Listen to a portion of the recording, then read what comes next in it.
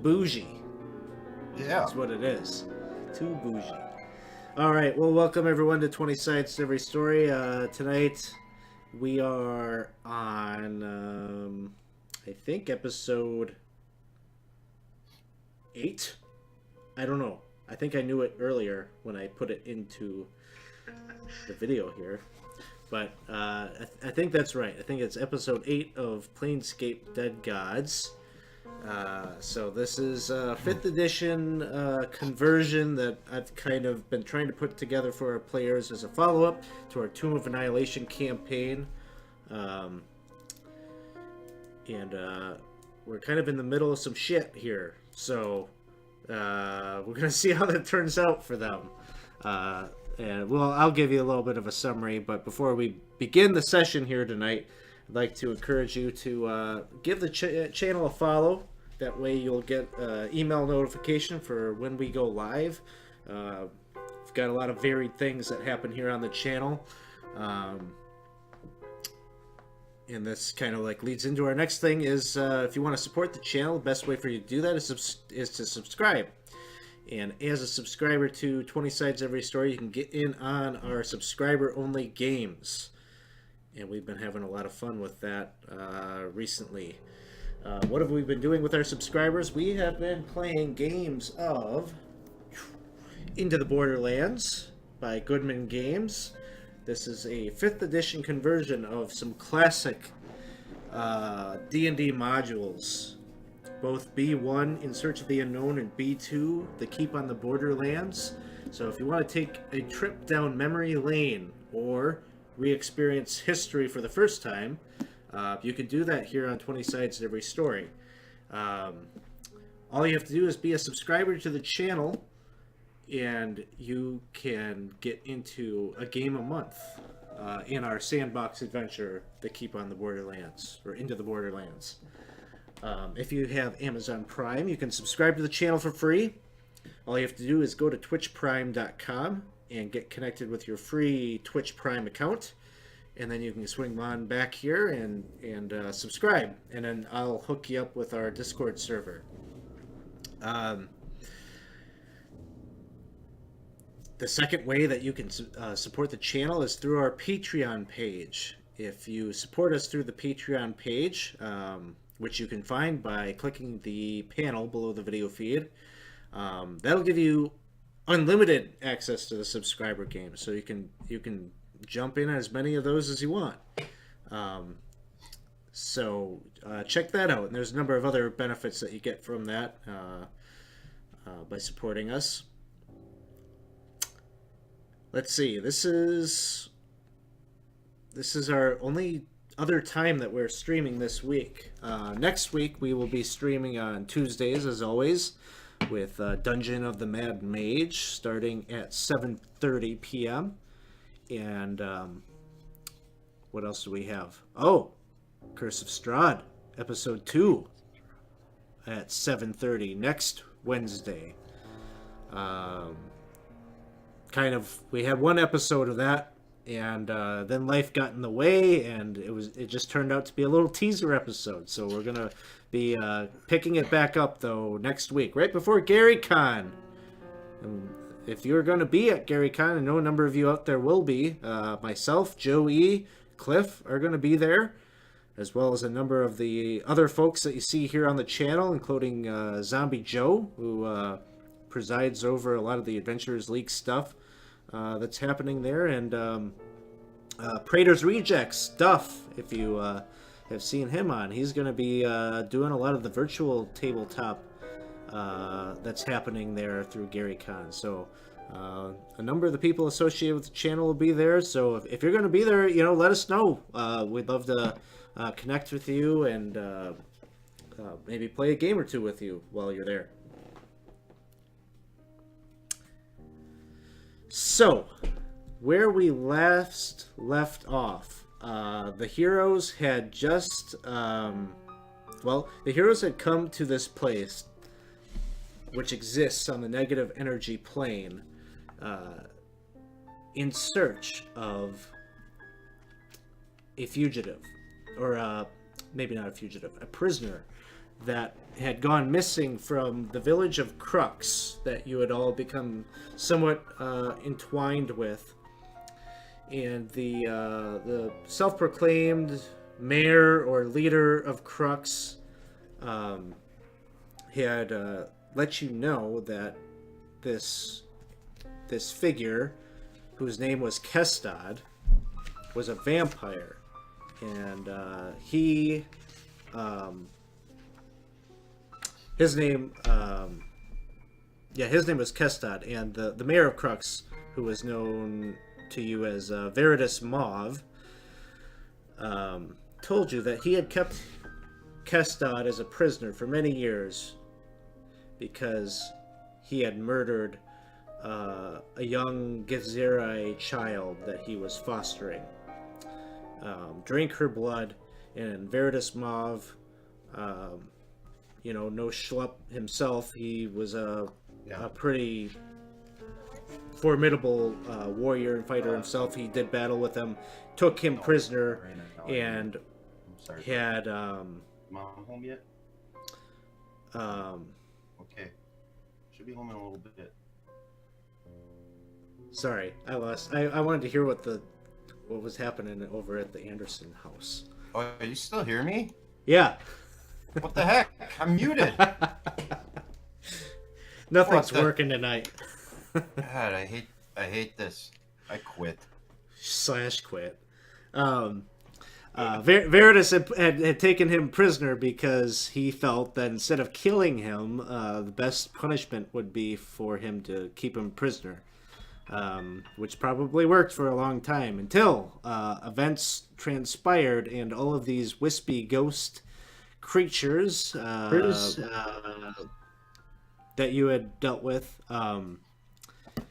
had attacked the town, and one of them had even possessed a friend of yours, a druid, and it seemed that their main goal was to take this Kestad prisoner, and they successfully did so and brought him.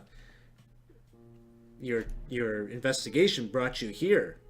This is where you understood that Kestad was being held prisoner, and many other things have happened in the in-between, but that's the long and short of it. Is here you are, you can see Kestad is in this chamber that you have just arrived in.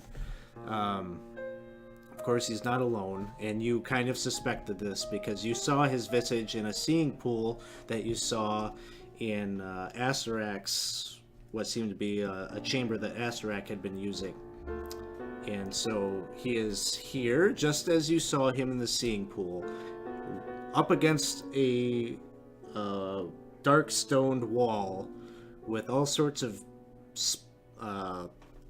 splinters of wood piercing his skin.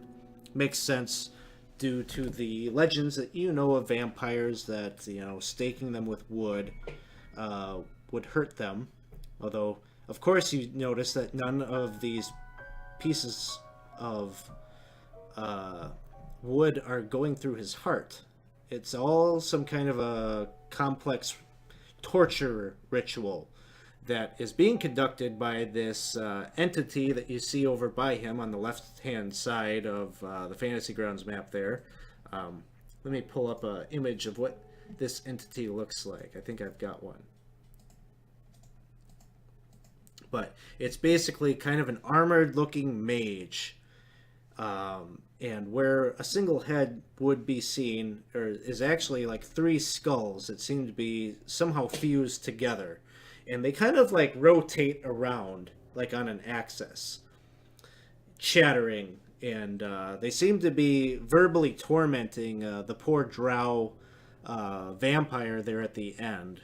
And of course, you've all just been shot into this chamber, and you're kind of lining up there.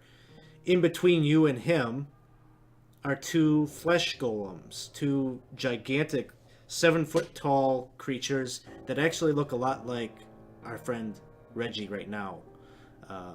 Stitched together and composed in a similar way, but maybe without the intelligence or the wherewithal that Reggie has. They're just soulless husks. And so that's where we pick up at the beginning of this session, and it would seem to me that initiative has already been rolled, and we begin with Dino. Oh, I didn't even remember. So these were soulless husks, so they really have no soul of their own, huh? Well, I was going to attempt. you've seen zombies before, and that's like the feeling you're getting from these creatures. They just have that glazed over, they're moving slowly towards you to engage in combat. Okay, I was going to attempt to use this wand to fear them, but I'm guessing that they're probably immune to that. Yeah, and you'd guess right. They're definitely undead, and you've dealt with the undead before. You know how that works. So I'm going to conjure Bigsby's hand, and I'm going to have it whack at one of them. All right.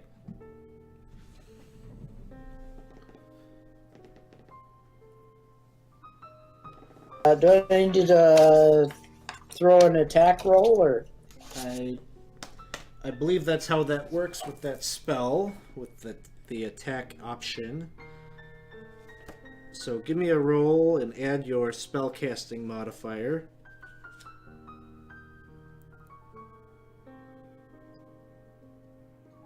Okay, spellcasting modifier.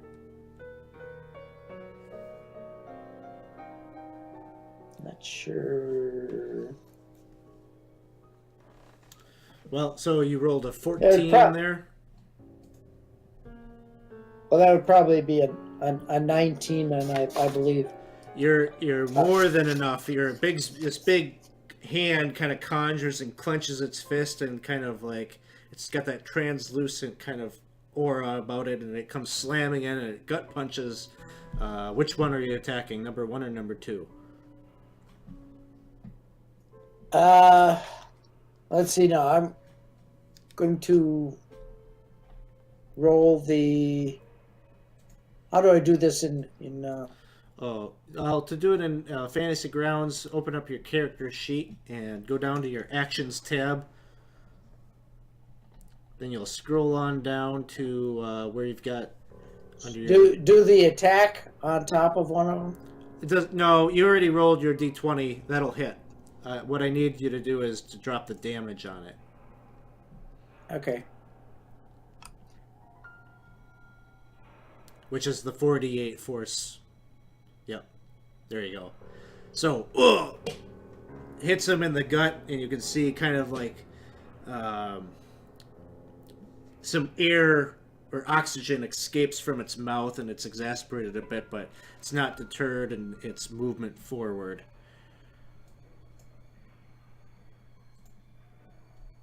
All right. Anything else? I think I can give a bardic inspiration to someone. Bonus Who action, needs sure. it here? I'll give it to Klaus. Who's going next? Is it Klaus? No, I already gave one to Klaus last time, I think. I'll give it to Azad. All right. Woo! That's a D12. Oh, wait. Well, I think I'm going to punish What's you that? for this probably. So you cast Bigby's hand, your celestial disappears. Oh. I didn't even know he was still with us. He wasn't on the map. He was on the map. Was he? Yeah, he was standing right next to you. Okay. So Francesca says, oh, Die! good luck. Goodbye! Bye. Oh no! All right. Reggie, it is your turn. Okay, I am going to cast Beacon of Hope, and I'd like it to It says that I can choose any number of creatures within range, which is 30 feet. And for the duration, each target has advantage on wisdom saving throws, death saving throws, and regains the maximum number of hit points possible from any healing. Is there a way for me to designate that in fantasy grounds, or should I just expend the spell slot with them? I think you can expend the spell slot, and that will affect basically everybody here. Okay. Is blessed. The aura of Torm pierces through the negative energy plane and is here with you and gives you some comfort against this undeath that you're being faced with right now. Feels so good. All right, and I'll if I could, I'd like to just communicate to the team that I'm not feeling so good. And that's All it. right. That's my turn. So then it is the Skull Lord's turn. And you can hear conversation. Its heads are kind of rotating a bit, and you get the sense that one of the skulls is looking out towards your party, but another is transfixed such that its face is staring down at Kestad. And it is sounding very demanding as it this kind of raspy voice escapes its chattering teeth, and it's saying, "Where is it, Kestad? If you do not tell us, we will find the other who knows. You think that you're so special. You're a goddess. You were never her favored. She would have kept a contingency." And you could see it seems to be like casting a spell at him, and you can see him, he seems to be resisting, and he kind of like spits at the creature, and he says, you know that I don't remember, and even if I did, I'd never tell you, I'd never betray Kiran Sali. And so they have this exchange of resistance, and the one but the skull that's staring out at the party, it seems to cast. I just want to make sure that it can do this, but it seems to cast a spell at one of the golems.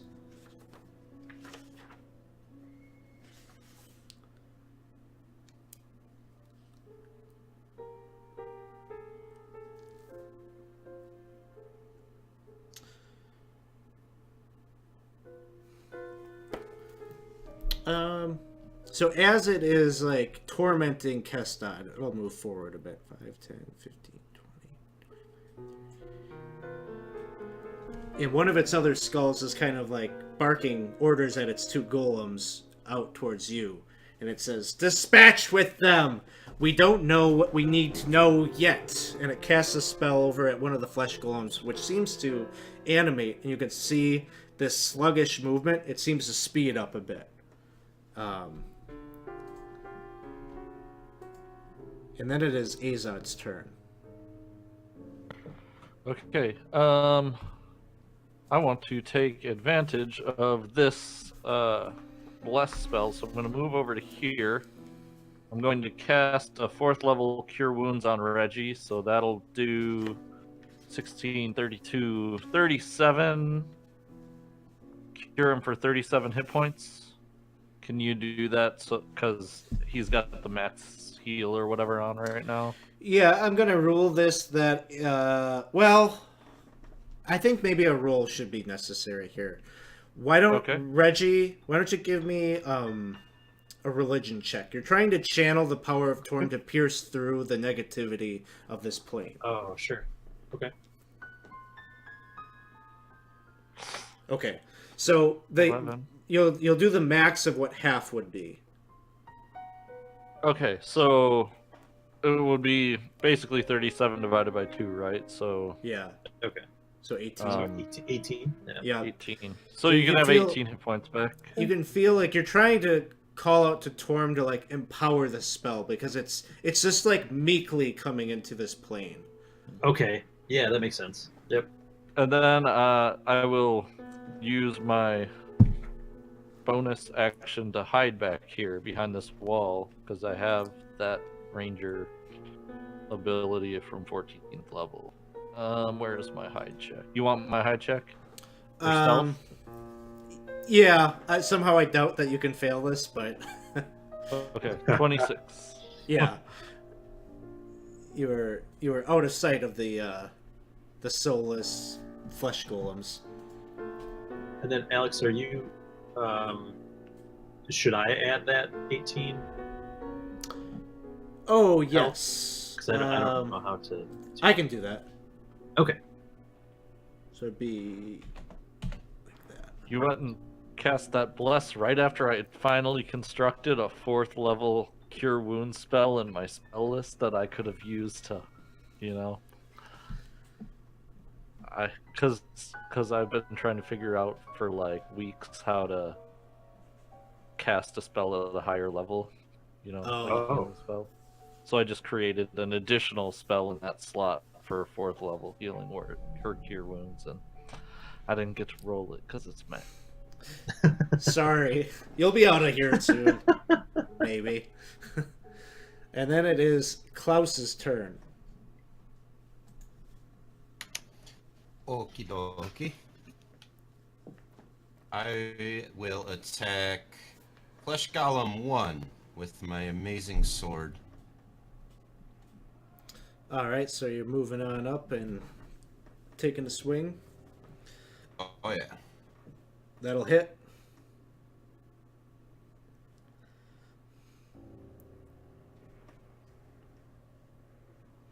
All right, Flesh Golem 1 takes 16 points of damage as that Githyanki sword cleaves right through the flesh and kind of rends it very roughly. You can see the skin just kind of ripping apart. Sutures are I'm thirsty. severing. I'm real thirsty.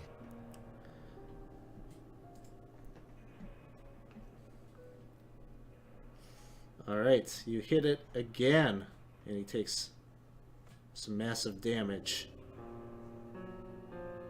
Farewell, friend. And even on a roll of a it's 2 still a hit. against a flesh golem, that's going to hit.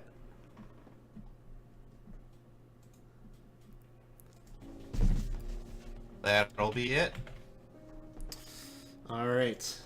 From out of your backpack, you feel a rustling around. And Clay. you see Clay No Face jumps out, and he's like, he starts booking it.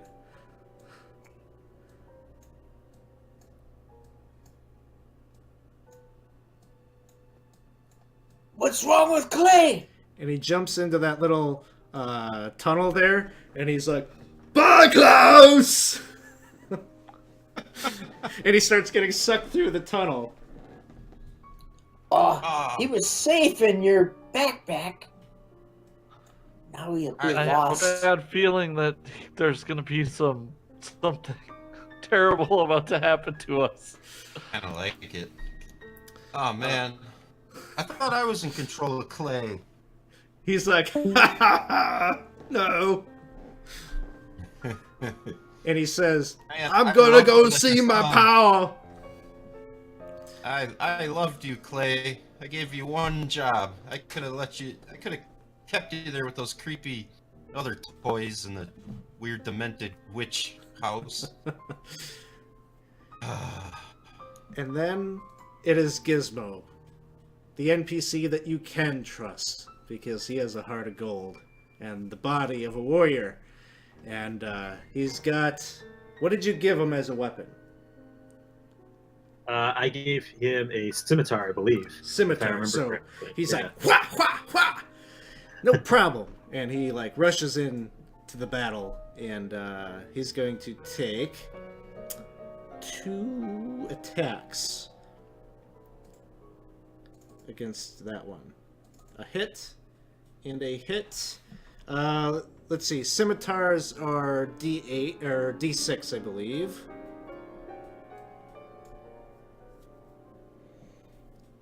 Okay.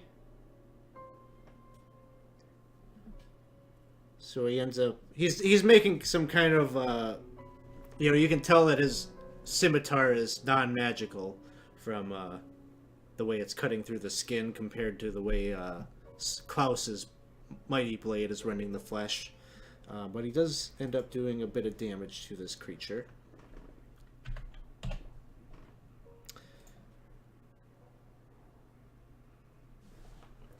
No, Winston, they're not fighting the vampire. They're fighting the vampire's tormentors.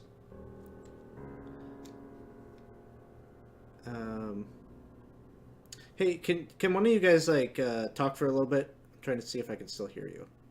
Yeah, can you hear me? Yes. Okay. So Flesh Golem 1 here is going to retaliate against Klaus, and he is under the haste spell.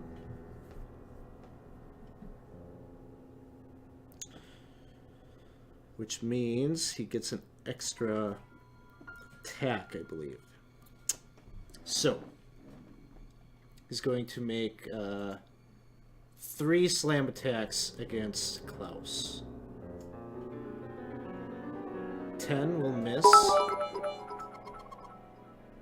20 hits. For 6 points of damage, so he just kind of uppercuts you, Klaus, and you take that on the nose, and then he makes a 3rd attack, which misses you. And then Golem number 2 is going to do a similar thing to Gizmo. So 1 attack hits. He clocks Gizmo right in the face, doing 11 points of damage. 2nd attack misses as Gizmo kind of dodges out of the way of that attack. Alright, then we're back to the top with Dino. Alright, the Bigsby head is going to attack again.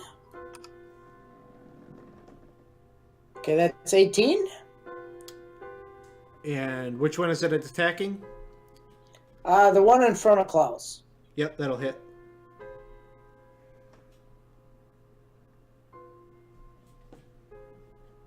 Okay, for 20 damage. Boom! It you can hear the neck snap, and the vertebrae, its head is hanging limp on its shoulder, and but it's still on its feet.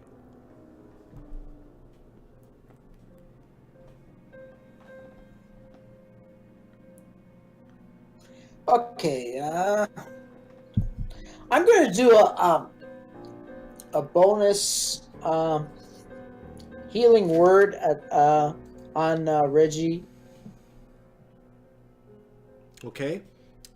Reggie, you can give me another religion check to see.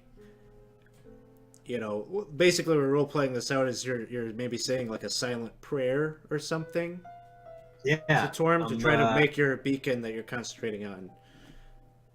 Yeah, kind of I'm doing everything I can because I know that my body is frail right now, just to try and connect and help everybody feel some sort of love from my buddy Torm here. Well, that says 6 for the healing word. So but yeah. I have a beacon of hope out, so that's hopefully trying to boost your healing.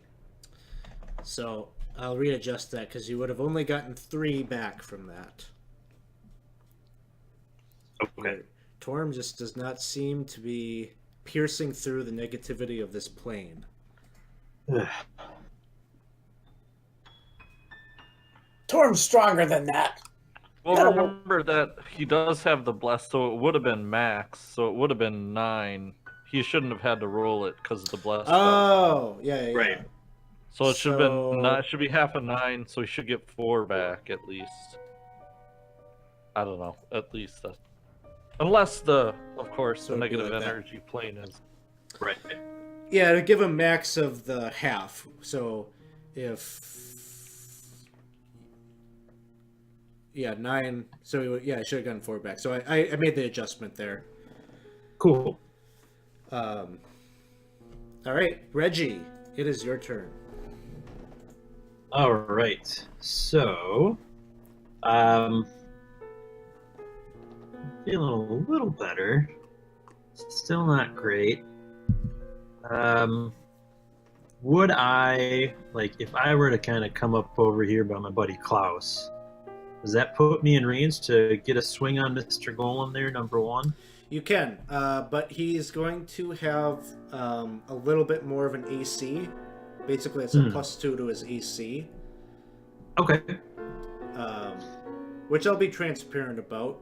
With the haste and the half cover, that would put his AC at 13. So it's still a very hittable target. Okay. Cool. Well, I have that wand in my hand, and I don't want to take any chances with it. I kind of just want to, like, punch with the wand, like, not making any contact. I just want to punch this dude real hard. With your golem hand, like, just clock him in the face? Yeah. Okay, give me an attack roll. Okay.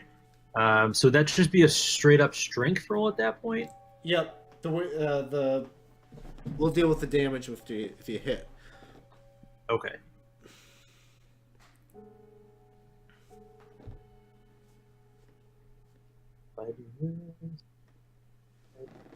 Didn't do that right. Shoot. Do I need to add unarmed as a weapon? Just make like a weapon attack. It'll be the same. Where this differs is on the damage. Oh, okay.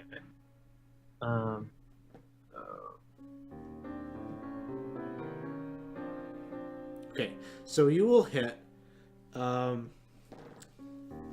Normally, what the damage with an unarmed strike would be 1 plus your strength modifier, which right now is 6. So you do 7 points of damage.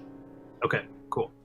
So I'm just like wailing into this guy, trying to do everything I can to try and make his jaw and like the top of his head just go like 90 degrees sideways. Okay. Essentially, that's what you do then. Like, you go and you, like, clock it, like its head is limp, and you go and you hit it, and it cracks again, like, the other way. And it snaps, like, you can see, like, the neck bone, like, pierce through the skin, and the head falls off, and this thing slumps down to the ground. Whoa! Awesome. Okay, cool. Well, I guess I'm not in range to do my second attack, so I believe that would be my turn. You can break up movement and actions. It's up to you okay. whether you want to do that. Hey, real quick though, my headphones are about to die. I've got a USB extender here. I just have to like get up and find it. I left my headphones. Yeah. So, all right. 1 second.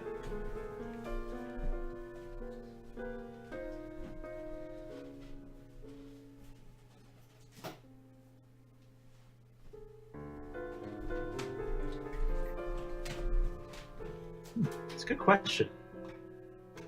Winston's asking, is it canon in D&D for elves to have beards? I mean, I think the but canon he's a is that they don't, right? He's a Winter Eladrin, though, and he had a beard when he died, and he was raised by the Raised Dead spell that changed his race. So I think it's left over. Okay. All right.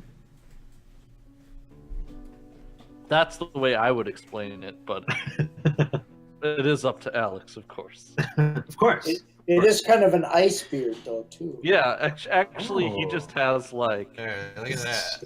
his Snot and just... drool that froze Oh, to wait, his look. face. Yeah.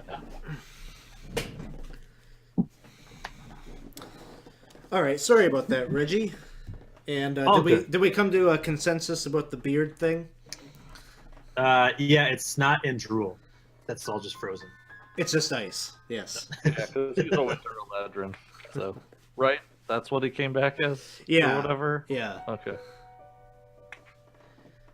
All right. So if I, from where I moved before, would I be able to move here and essentially do the same thing? Yes. Okay, I will do that. So then that. And Hits. even with the cover, that'll hit. Same deal. Just the other side of his jaw. Just trying to do everything I can to force his jaw away from the rest of his head. And let's see, we decided that was 7 points of damage, I think. Yep. All right. So you kind of hit. He's fresh. He hasn't been wounded at all. So like Okay. you just kind of like hit him, and you can see like, if he was fleshy and full of blood, he'd probably bruise a little bit, but he doesn't seem too Sure. deterred. Okay. And then it turns to the Skull Lord, who now you can see its heads are spinning around, and it's basically turning its attention kind of away from Kestad. You just felled one of his lackeys. And he looks out towards Klaus and it extends a finger and casts a spell that you've seen before from Asarak as a green light kind of flashes and pops right towards Klaus, who needs to make a Constitution saving throw. Here it comes. He succeeds. Takes half damage.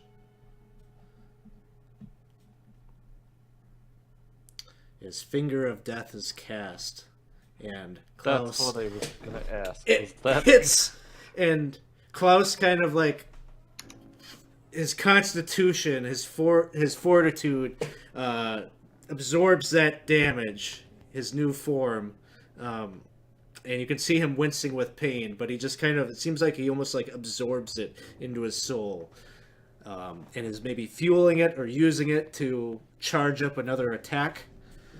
Oh yeah. And then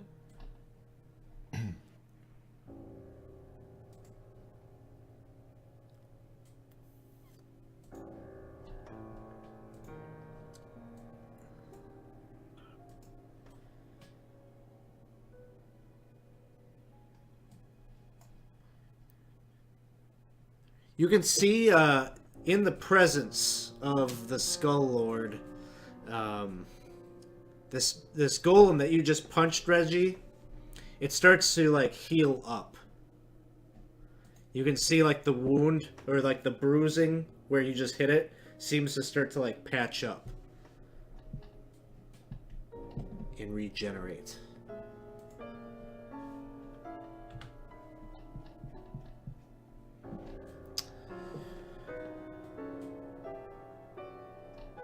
And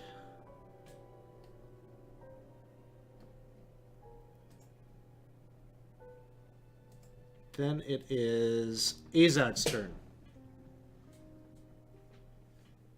all right? I will use my teleport thing to come out here and shoot at this golem with my bow. I'll zip in and out of existence a little bit there, and then find that. Just need to move my character sheet out of the way if I want to drop that damage on him. I'll shoot this one with my bow, and then I will do another blink over to here, and I will I'll blink to here, and I will shoot down the hall at the mage, trying to draw his attention away from his mate. And oh, I missed him. And with that, I will bonus action hide in this corner. All right.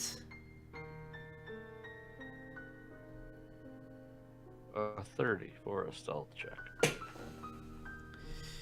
You can see that the Skull Lord points. It's got the staff that is constructed of bone, and it has like a skull kind of ornamented on top of it. And he points it over towards the party, and you can see busting up through the stonework underneath you are 5 zombies that crawl up right behind where Reggie, Klaus, and Gizmo are standing.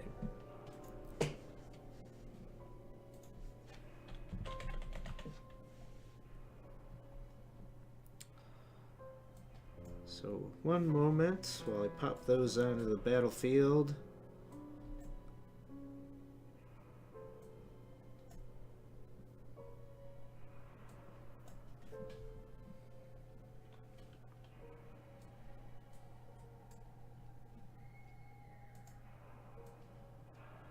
Azad, are you multi-classed as a rogue? Nope. But at 14th level, you get Vanish as a ranger, which gives you the ability to take Hide as a bonus action. Oh, that's awesome. Alright, so then these zombies start just wailing on the party from behind. You're kind of surprised as you turn around and see these things kind of climbing up and scraping and gnashing their way at your backsides. First one attacks Klaus and misses. Zombie number 2, the same. This horde of fists and hands clawing and scraping at your flank. Zombie number 3 is attacking Gizmo and misses. Zombie number 4 is going to try to attack Reggie and misses. Zombie number 5 is attacking Klaus and misses. Klaus, it is your turn. Is Clay still in that position? Well, Clay is inside the tube and getting like pulled by the gravitational force, the way that the way you've been transporting back and forth through these spheres. Okay. I'm gonna use Arcane Charge and get to here. Teleport. And then I'm gonna use actual footwork to zoop after him. And I say BRB, guys. Okay. So you jump into the tube yourself. Yep. Roll a d4. I couldn't remember if you made us do that on that one. You didn't. You said for time's sake, no D4. I thought that's because we had linked arms up together too. Yeah, you weren't in a troubling situation right at that Son point. of a bitch. I really was hoping to just kill 2 him rounds. quick and not go on another. Oh, and well, he gets a 1! So, as you jump into the tube, it seems like he's like just shot out the other side. And he's got a round on you. Oh, gambling. That's all it is. And you can see that he goes back into this other chamber. Was kind of almost like a cavern-like type of thing that you navigated through. There was all sorts of shadows that were dancing upon the walls. Kind of gave you an eerie feel, and so he disappears behind that barrier. Shit.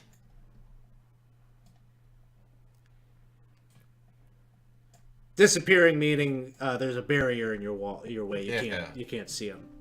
And then it is Gizmo's turn, and Gizmo is just Klaus has disappeared, and Gizmo's like, "Oh no!" But Gizmo just starts hacking at this zombie behind him, and he hits, for a total of not a lot of damage. 13 points of damage on number 3. And then it is the Flesh Golem's turn, which attacks Gizmo.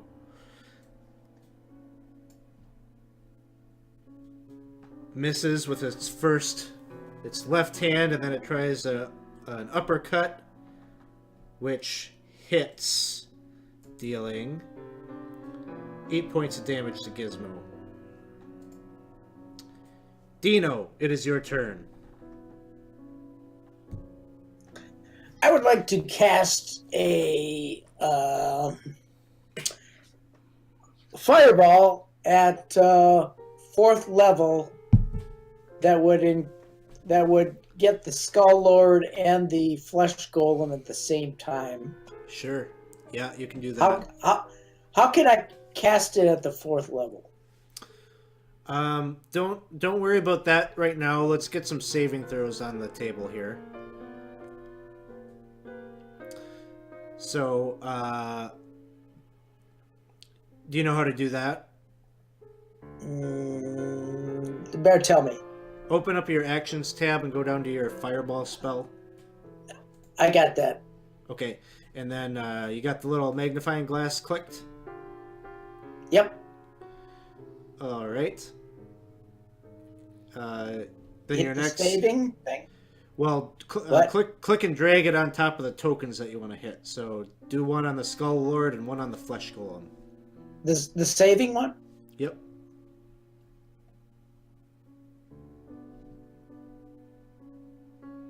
So Skull Lord succeeds. Flesh Golem.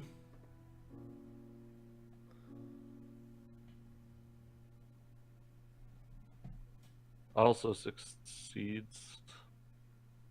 Flesh Golem succeeds? Rolled a 19. Anyway, should I roll the damage on top of each one then? Yeah. No, the Skull Lord has evasion, it says, so he wouldn't take any damage. Not even Oh. half damage? Yep, good call. He does have What is it? evasion. Nope, not even half. Oh, good grief. But the Flesh However, Golem the Flesh Golem has a thing of it's a what is it about fire? susceptible to fire? Yes. If the golem takes fire damage, it has disadvantage on attack rolls and ability checks until the end of its next turn.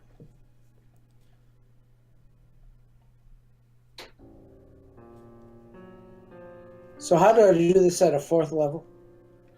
Well, Just drag it on and then roll a few more d6s. Yeah. And we'll figure it out.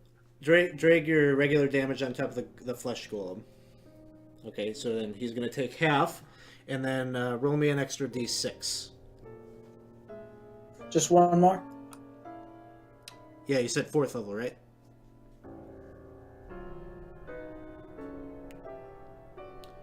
So then I'll make it 3 more points of damage there. All right. So you can see that the Skull Lord is just kind of like he starts like flipping that staff of his almost like a fan that seems to kind of like protect him magically. And then the Flesh Golem, it just seems like even though you cast this fire spell, his flesh is charred, but he's just like not really soaking in the damage as much as you had hoped. But it seems that he's got kind of like fire kind of emitting from his flesh, and he's somewhat kind of like patting that off haphazardly while he continues to try to strike at Gizmo, making his attacks less effective. And then it is Reggie's turn. All right. Gosh, I'm gonna punch at this zombie that's kind of behind me. So I'm gonna swing at this guy. All right, that'll hit. So that'll be for 7. Just again, bashing in faces. Zombie number 4 there. Yep. All right. And then I'll swing at him again. That'll hit. Just right in his face. Another 7. You can feel his bones kind of cracking and coming apart inside his body. Yeah. And then it's the Skull Lord's turn.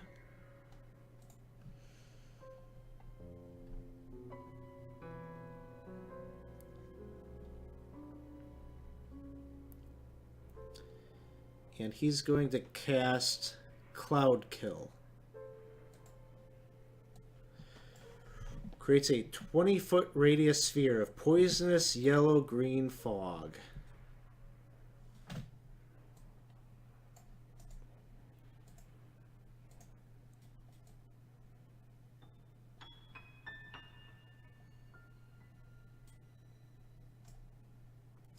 Which he will cast right there. For the duration or until a strong wind disperses the fog, this area is heavily obscured. So attack rolls will be at disadvantage while you're inside the cloud just because of it's obscuring your vision. When a creature enters the spell's area for the first time on a turn or starts its turn there, that creature must make a Constitution saving throw. The creature takes 5d8 poison damage on a failed save, or half as much on a successful one.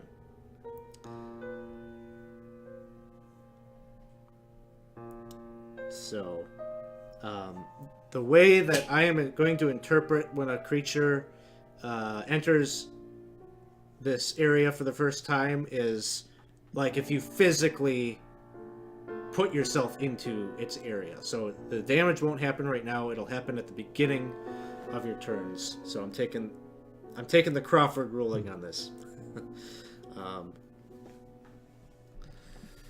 And then the Skull Lord is going to move out of sight behind or no, he's not going to move out of sight. He's going to stay right there to help out his buddy.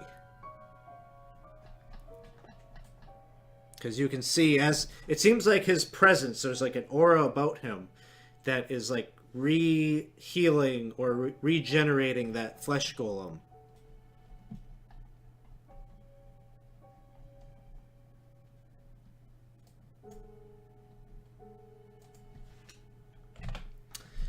And then it is Azad's turn.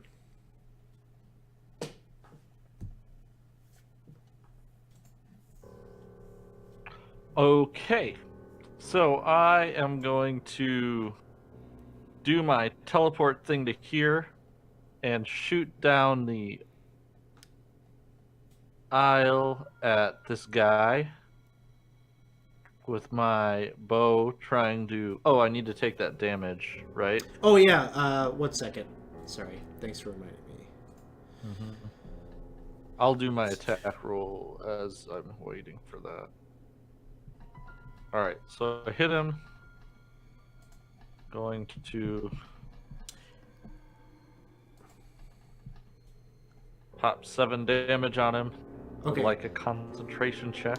Give me Give a Constitution saving throw.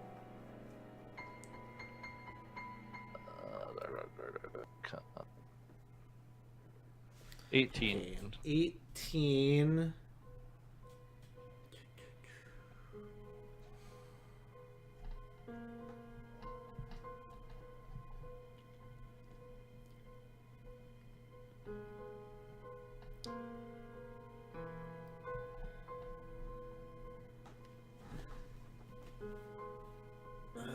Sorry, I'm having a hard time reading this stat block in Fantasy Grounds. Oh, I think it's just 5d8 poison on a failed and half. Yeah, I'm trying to figure out what his spell save DC is, though. Oh, I hope it's not 18. Or I hope it's not higher than 18. Well, 18 is, like, not, like, high enough that I can say for certain. Let me grab my Mordenkainen's quick. Okay.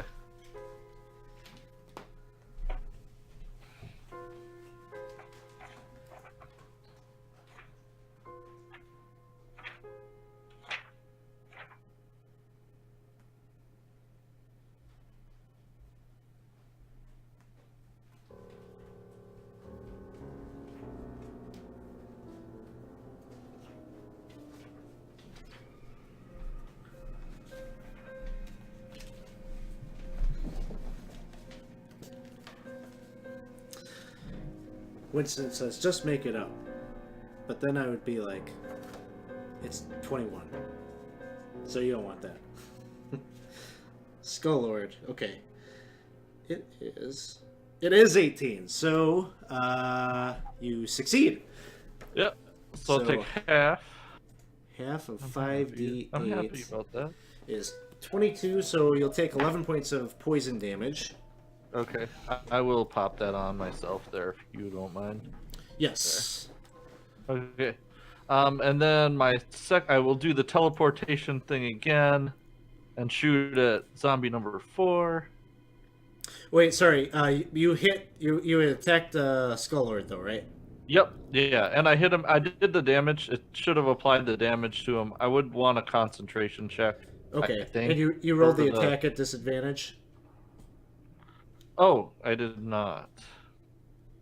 So the first attack was at disadvantage. Is that from being inside of the thing? Yeah. Okay. Well, let me roll it again. Let me roll another 20 and see how that turns out. Okay, so it would have been a 19. It would have been a 19 to hit. Okay, you'd still hit. Okay, so it did the damage. I already applied the damage to him, I think. Alright. And he would fail that, but he'll use a legendary resistance to succeed. Okay. So then I will teleport again, and I will attack this zombie. I hit him even at disadvantage, and then I will pop some damage on him.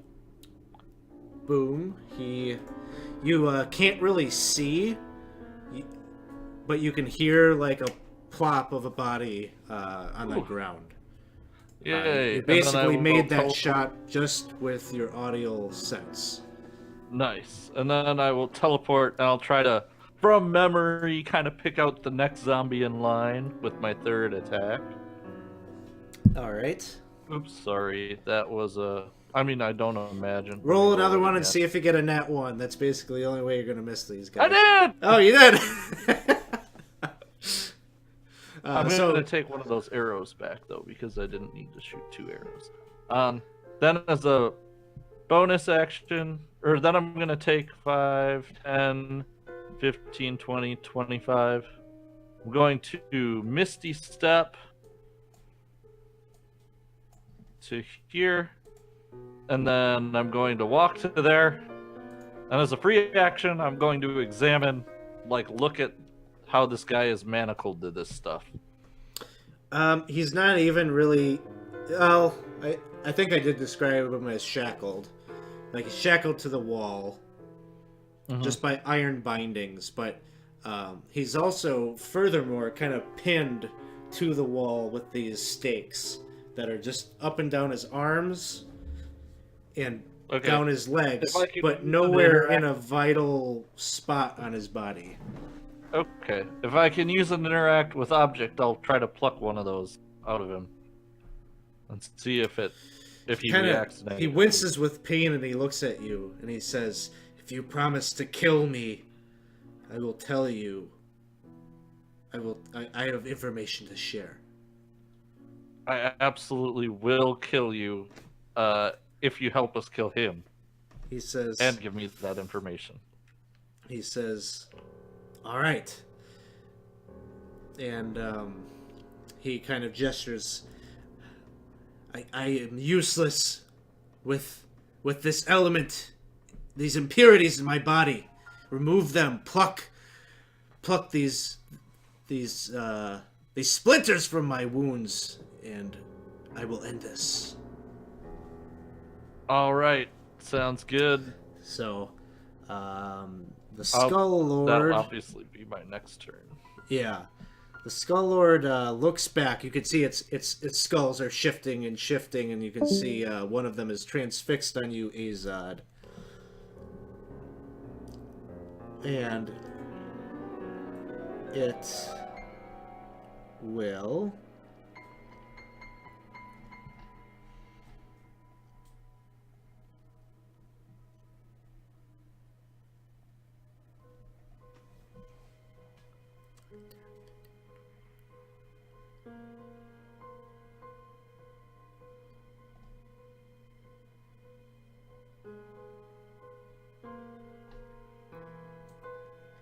it moves with unnerving speed. Like it just kind of like drifts over there, not moving physically with its legs, but almost like that thing from The Haunting of Hill House.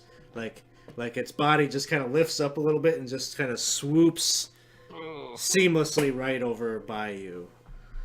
And then the zombies that it summoned are here, and they unaffected by this choking cloud.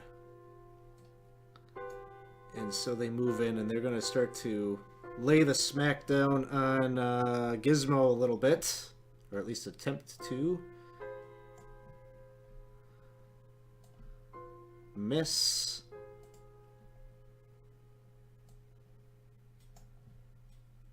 A hit. So Gizmo takes a little bit of damage as he's getting pummeled. Another hit.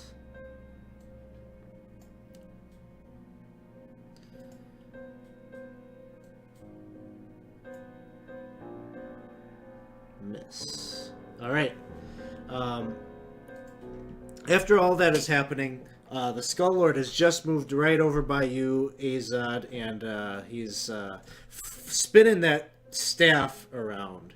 He's going to try to use it on you. If I can find where the attack is. The trouble with the spellcasters in Fantasy Grounds is all of their spells are linear. So you have to scroll to like the very specific spot where their item is. And okay, I think I found it. So spins it around, and he's going to try to hit you.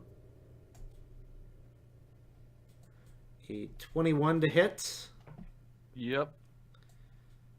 I'm going to use my spectral defense to take half the damage from this attack. Okay. Let me see if I can apply that based on the ability itself here. Okay, let's see. You can apply the damage now. I think it should work. I rolled the damage already, so I'll just take 14 off because it was a total of. It was a mix of damage types, but it was 28. It was a mix of bludgeoning and necrotic damage. Okay, it does say I get I can have the damage from all of that attack's damage. I think that means that it covers the necrotic and the bludgeoning. So yeah. Cool. All right. So then it is Klaus's turn, and Klaus.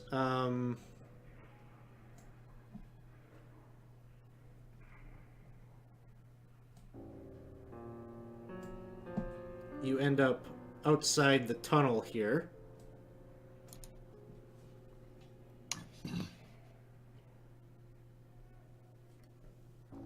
My little buddy now wouldn't have made it all the way through this caverny area, would he? You're not sure. You're kind of in hot pursuit. Okay.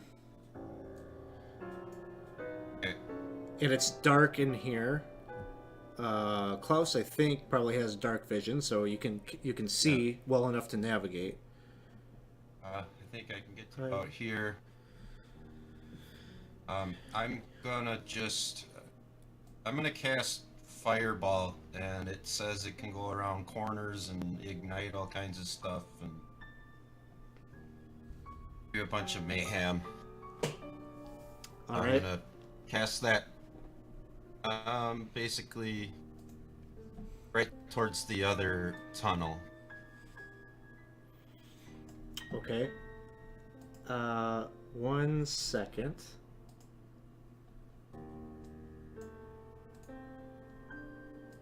Or I mean, can I see him now that I'm around the corner there?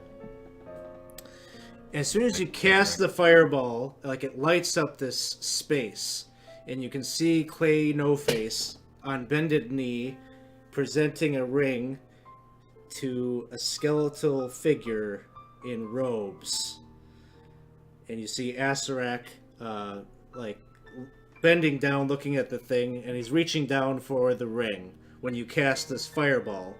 And Asarak, like, quickly, like, with a wave of his hand, like, exhumes or shuts down that fireball, and it, like, disappears.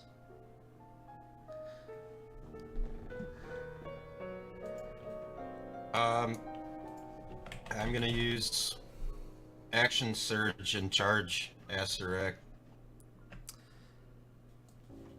All right. You still have a dash action. Or no. Actions. You're gonna do if you do action surge. I want to get to him and then I'm gonna attack him. So I'm not sure how I can make that happen, but I'm like not that. sure if you're gonna be able to do it in this round. Because you could do action surge and take the dash action, but you wouldn't be able to then subsequently attack. Yeah.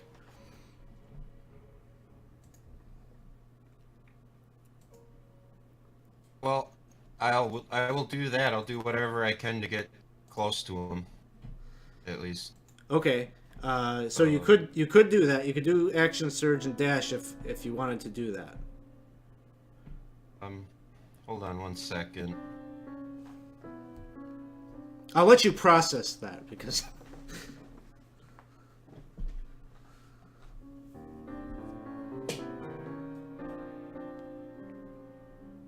Yeah, that's what I'm gonna do. So I can get to. Still a long ways away from him, I think. Up Yeah. There. Son of a. That little clay no face. Now he's Clay Two-Face. Clay Two-Face. Nice. Dino, you have advantage. I like that.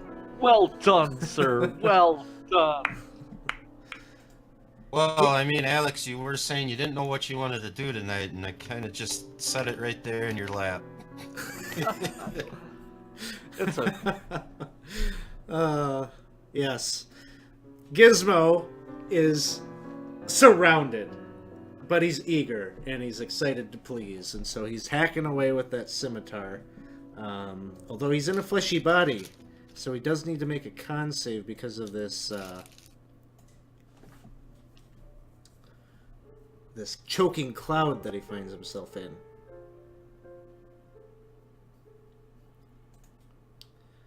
And I've got too many windows up, but 22 is going to save.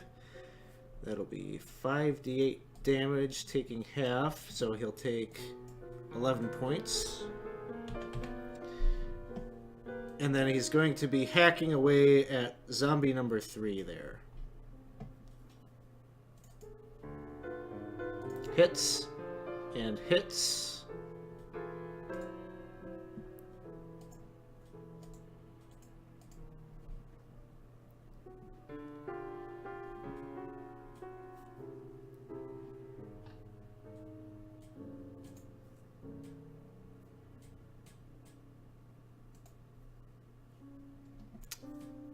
Alright, he ends up taking down zombie number 3 as his scimitar lops off its head. And then the flesh golem goes and is attacking Gizmo. Critical hit.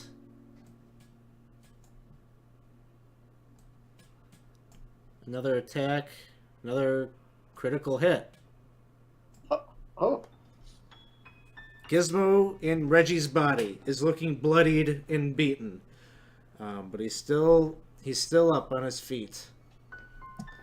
Dino, it is your turn. Make me a Constitution saving throw.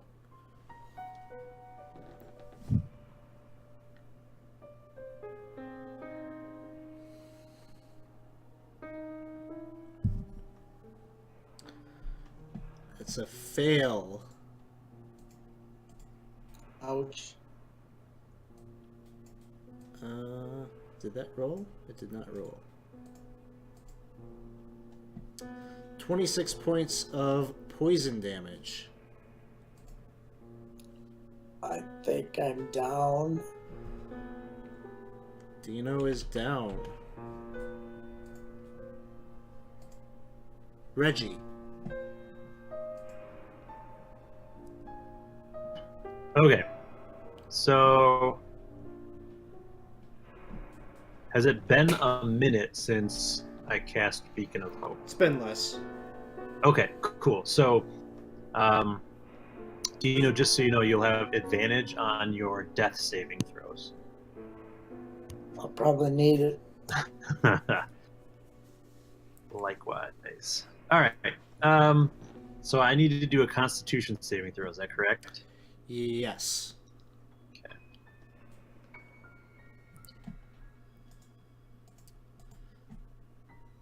It's not...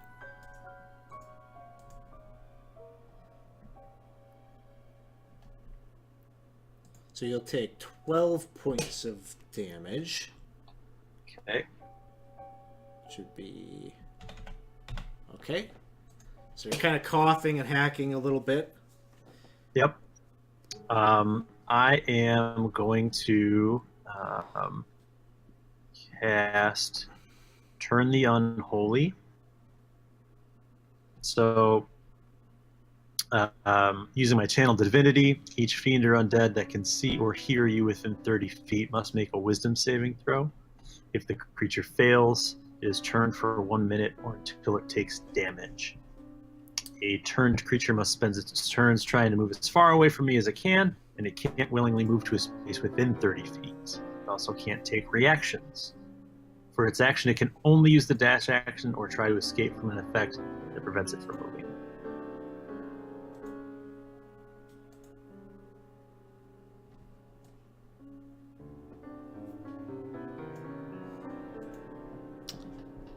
One second as I'm processing that.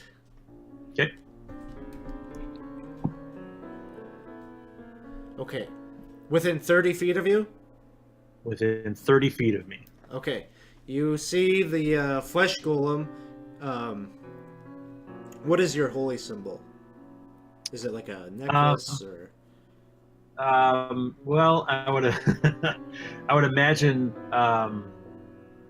that with Torm, gosh, yeah, it would probably be. I'd say a necklace. Yeah, let's do a necklace. So you got this maybe silver pendant of a gauntlet or a hand that's on a chain around your neck, and you pull that up, and you can see it like very meekly glowing. Okay. And it's unlike what it would be like in the normal material plane or the other places, but it lights up and it flashes out, and you can see the flesh golem is repelled, and these zombies themselves are kind of like they seem almost maybe not fearful, but like they're about to get skittish and run away from you. Okay. Cool. And the token that's right above me is Gizmo, correct? Yeah. Sure. I'm gonna try and like eye myself up to like there. If I can kind of like navigate the fog a little bit to try and position myself to hopefully get these creatures away from both of my friends. Yeah. Excellent.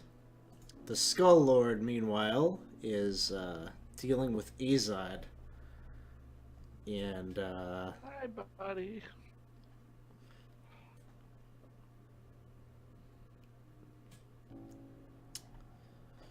it raises a hand, and you can see this frosty cold kind of come over you. He casts Cone of Cold.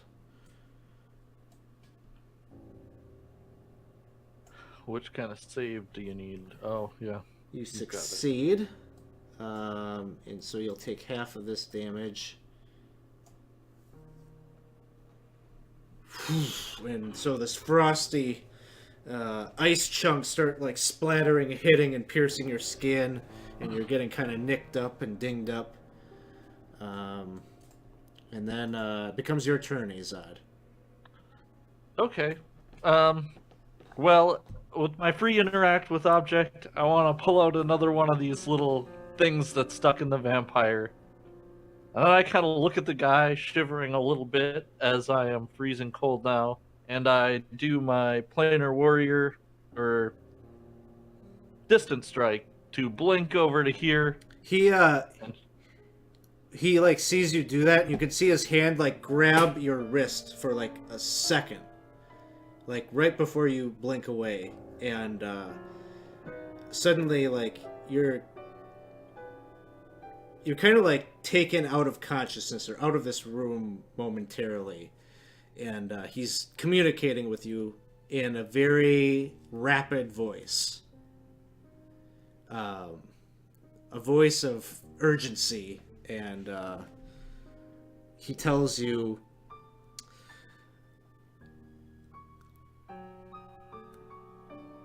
look, I know that we, if we were to meet, would not be natural allies, but this is kind of a enemy is my enemy, and the enemy of my enemy is my friend kind of situation. They think that I know something that perhaps I did know at one time, but it was my goddess, my lady. She drowned me many centuries ago in the river Styx, so that I would forget this knowledge that they wish to know. They are seeking something that belonged to Orcus, a wand. It is imperative that he not get it.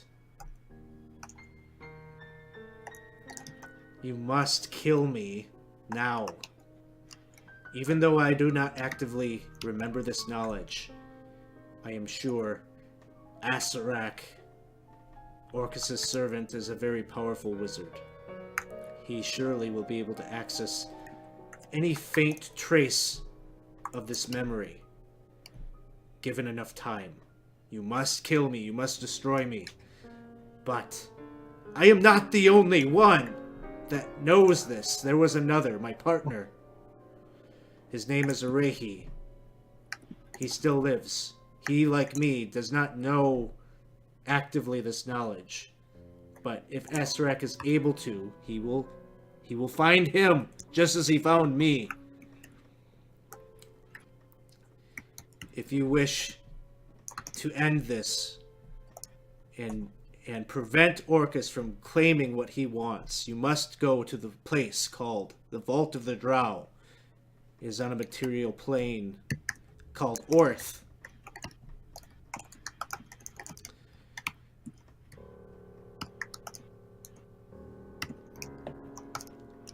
You can find it by traveling along the location, the River Styx, where I lost my memories. You will have to... It'll be very dangerous, but I'm sure you'll find a way. There is no time to speak more of this. You must kill me and make sure you go to the Vault of the Drow and find Arehi and kill him. And then you blink back into the room. Okay. And then So you then- blink away. Alright, so then, and that was all coming from Kastad, right? And I blinked to the other side of him, and rather than do what I was going to do, which is shoot an arrow at the Skull Lord, I have the arrow back, and instead of like shooting it at him, I just grab it and like I try to like quick like snap the head off and just stake the vampire in the heart. All right, make an attack roll at advantage. I'm gonna do it as though it were like just a dagger or something, or Yeah. my rapier. Yeah, like a melee attack. Okay. 26. It goes through his heart, and you can kind of see this. It's not really blood that starts pouring forth, but just kind of a inky black discharge. And the vampire kind of sneers at the Skull Lord a little bit, as if his retreat from undeath as some kind of victory. Okay. That was a sick move, Azad. Sick move. Thanks. And then I guess I get another blink to here. I'll shoot at the Skull Lord. Oops, so I can't tell if that actually... Okay. Yep, that'll hit. I will shoot some damage onto him. Not that it'll matter, but he could make a concentration check on his fog cloud. And then, as a third thing, I will shoot down at this flesh. Or wait, no, those are turned, right? Yep. Yep. So I'm not going to do a third thing, but I am going to use my racial ability to or no, not racial. This is a class of my Horizon Walker ability to cast etherealness as a bonus action. I think that will allow me to kind of like...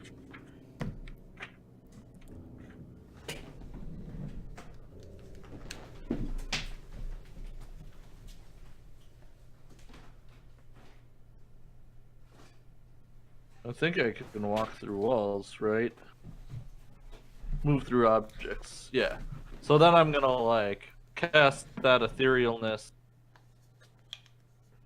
4, 5, 6, and like run to here, and then Okay. it like ends at the end of my turn.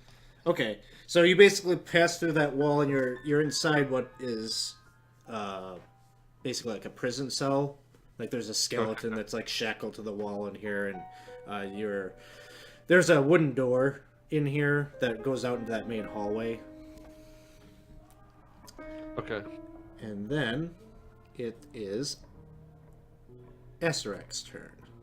Oh, as one more Oh. note, on the Skull Lord's turn, I think the cloud moves 10 feet away from the stinky cloud.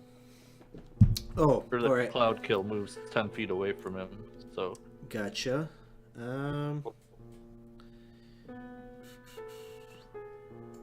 or at least as far as the spell says. I don't know if it has to. If I can figure out how to move that.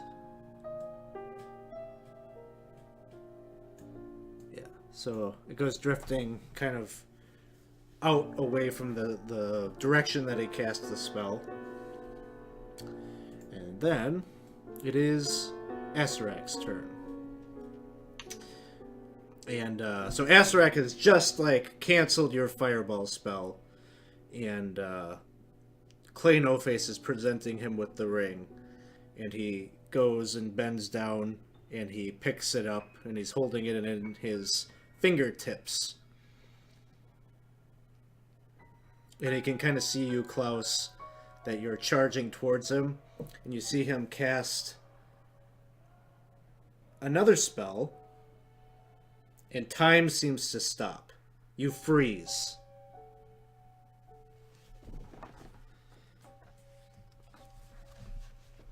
Oh boy.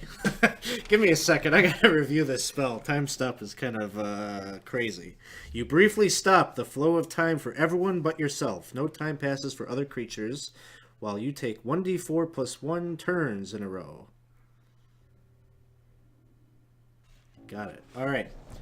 So, when time unfreezes, he is gone, and Clay No Face is just standing there looking at you, Klaus.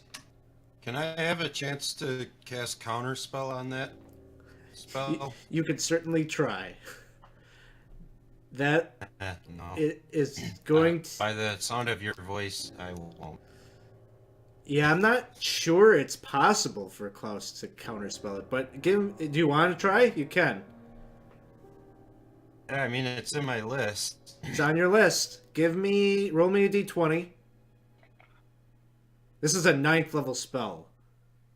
Yeah, no, sorry. Why is it in level? You see him try to cast a spell, you attempt to block it, and it just you can feel that your spell is no match for Asarak, and time stops, and then like you can kind of feel yourself frozen,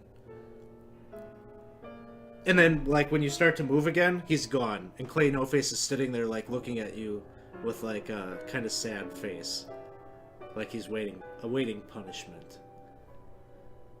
Yeah. I pick him up and I carve some fucking ugly eyes in his face. And No, Klaus, I'm Oh, sorry. Look at you now. Clay has an ugly face. No, I'm I sorry. throw him Ow. through the other tunnel. He starts like gravity starts like taking him. He's like, Klaus, I'm sorry. And he's drifting, drifting away. I don't have the heart to kill him yet. He's got big, sad, ugly patches of broken Play-Doh. Poor The Clay. cavities of his eyes. And then it is the zombies' turns, and they're going to be running away. They move up to their movement away from you, right? 10, 15, 20, 25, 30. Yeah, it'll be 30.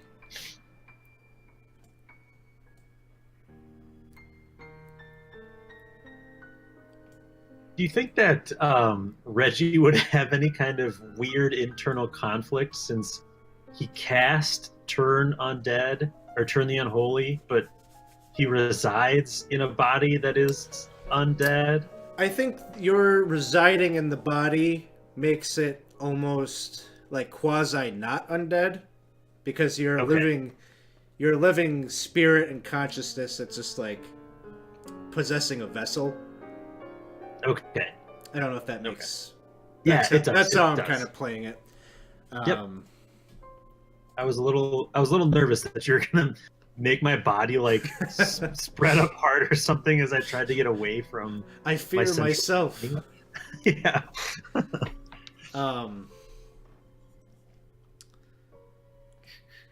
Let's see.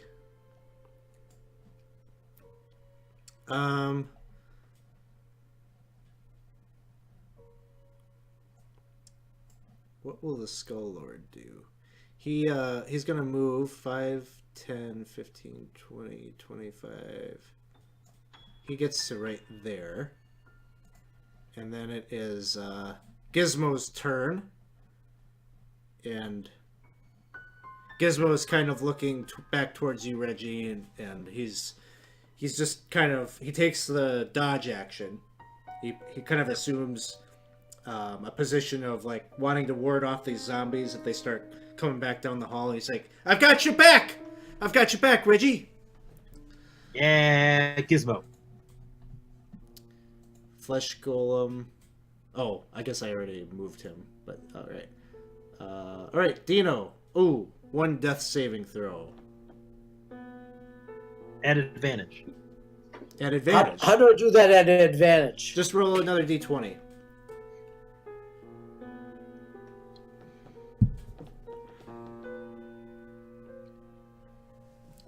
Okay, so you actually save. So I'll go in here and uncheck that failure. Give you the save. Alright, the Skull Lord.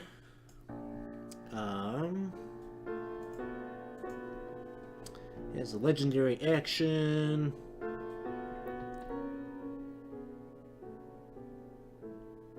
He's going to cast...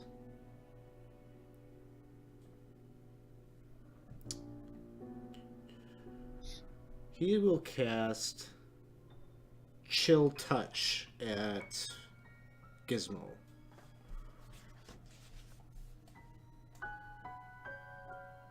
Which I think he rolled a 3, so that's probably going to fail. Yeah, he casts, and you can see this like skeletal hand like shoot out from his spellcasting hand, and Gizmo just kind of like ducks, and it passes right by him. Reggie, it is your turn. Okay. I am going to. Give me a Constitution saving Oh, throw. right. Yeah. Oh.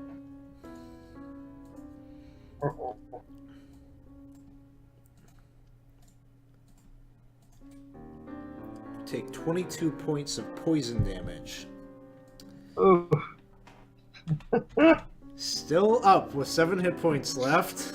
Not feeling great. Not feeling great. I'm gonna try and cast a spell magic on this fall. Okay. Roll a d20. Okay.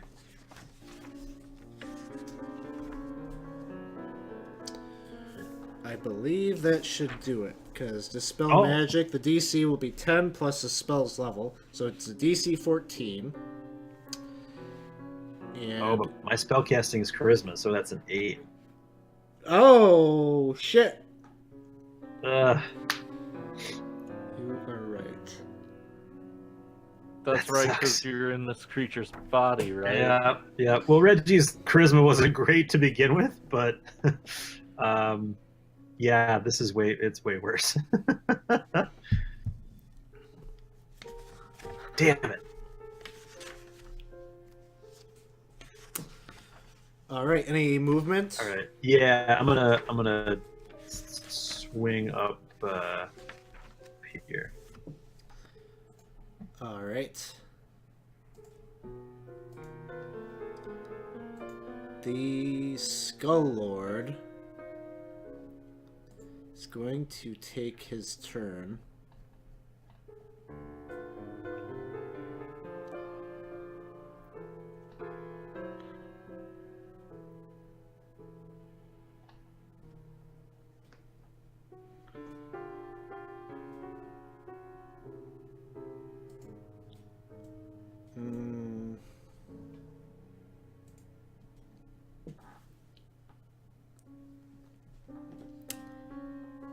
He's gonna cast Eye Bite,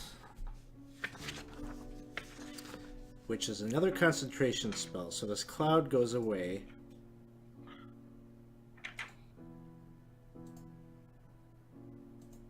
Oops, that's not what I want to do. So that goes away. He casts Eye Bite at Reggie. So for the spell's duration, you see kind of this putrid liquid like filling like a film over its empty eye sockets as the skulls like a carousel are whipping around and around and around as he's conjuring the spell. And give me a wisdom saving throw. Right.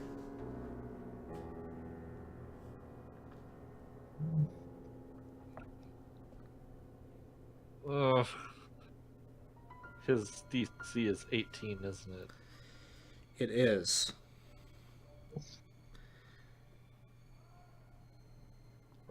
And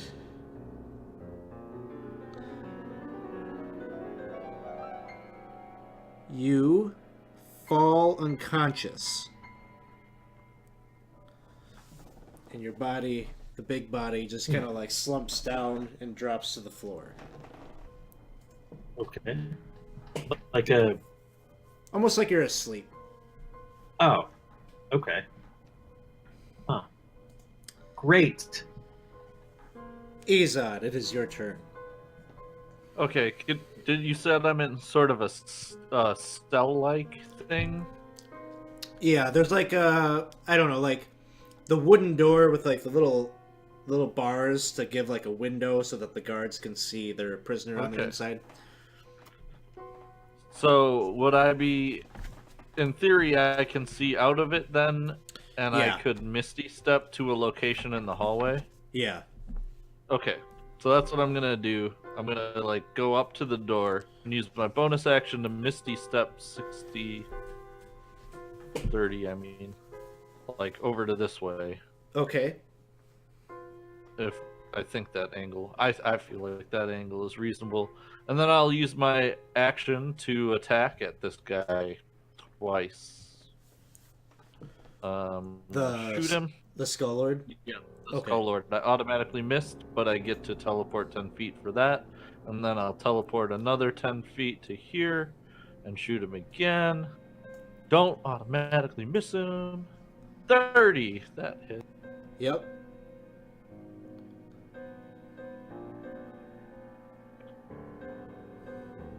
Okay, it did some damage to him, and I'm gonna move then a little bit more behind this wall. All right. Whew. My question is, I think your turn undead.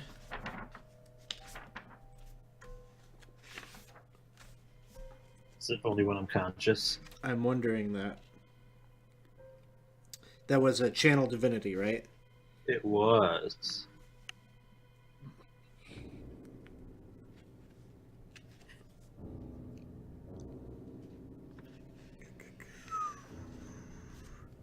What is your oath? Devotion. You're the oath of devotion. So turn to unholy. You present your holy symbol, speak a prayer. Each fiend or undead that can see or hear you within 30 feet of you must make a wisdom saving throw. If it fails its saving throw, it is turned for 1 minute or until it takes damage.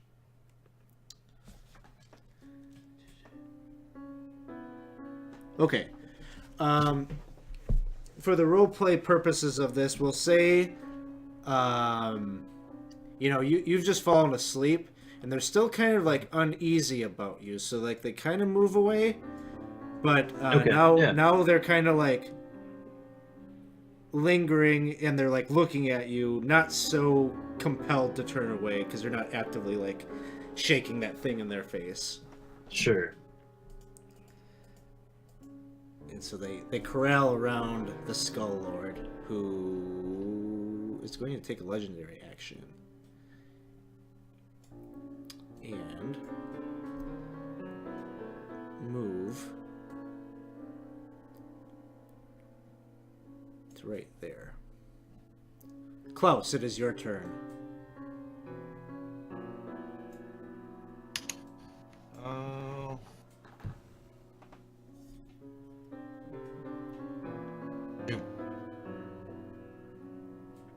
I realized I probably should have got some information from Clay, but in my rage, I threw him through another suction portal hole cup. I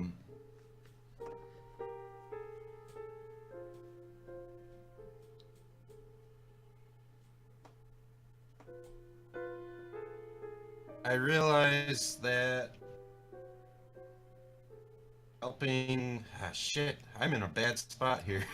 Going back to my Well, friends is one might argue you're in the best spot of all. Not if everyone's dead. I suppose.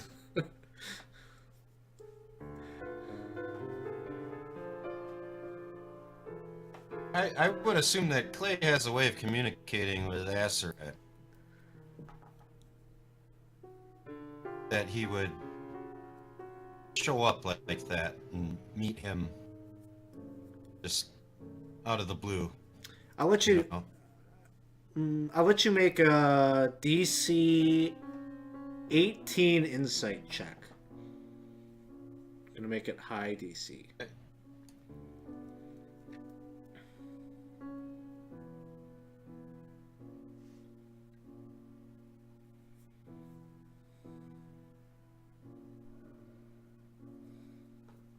That's the one I gotta grab. Damn it. 15. Okay. Yeah, your head's spinning trying to like make sense of this. Why did Clay do that?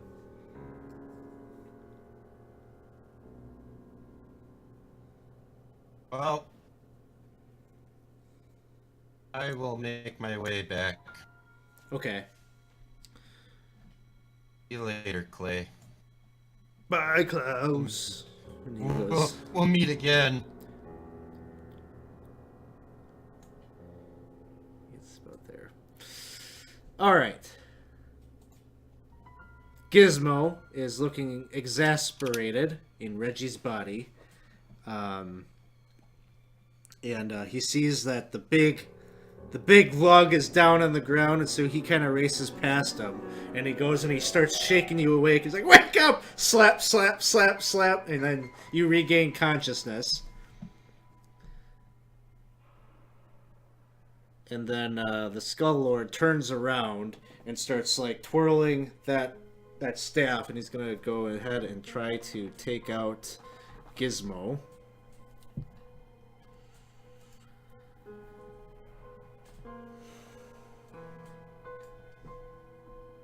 And Gizmo has the wherewithal to kind of duck as he's shaking Reggie awake. The flesh golem just lingers nearby, kind of looking ominously right down at Reggie, cautious, disturbed by that symbol of Torm. Azad successfully makes a death saving throw, and now it is Reggie's turn. You've just come awake. Okay. Okay, so I'm awake. Gosh. All right. Well, yeah, I think Reggie is feeling like this is maybe his last hurrah in this body. He's surrounded by all these things.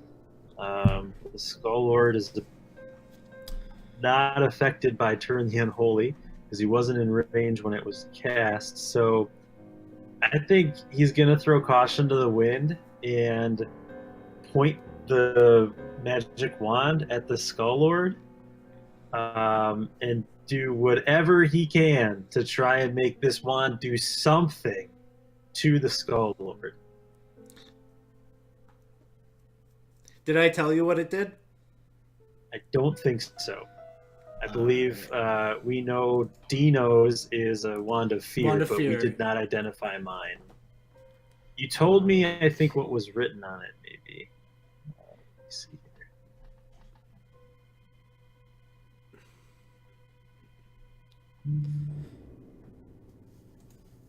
Okay, give me 1 second. I gotta pull up my Yeah. notes. Okay.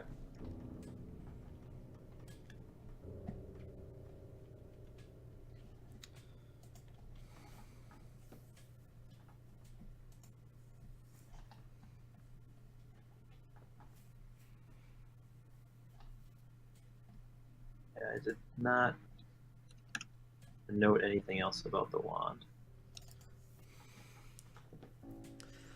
Wand of Smiles. That's a good idea. That'd be kind of funny. Oh, Especially A rainbow since this guy has so many shoots out. skulls. what does it mean?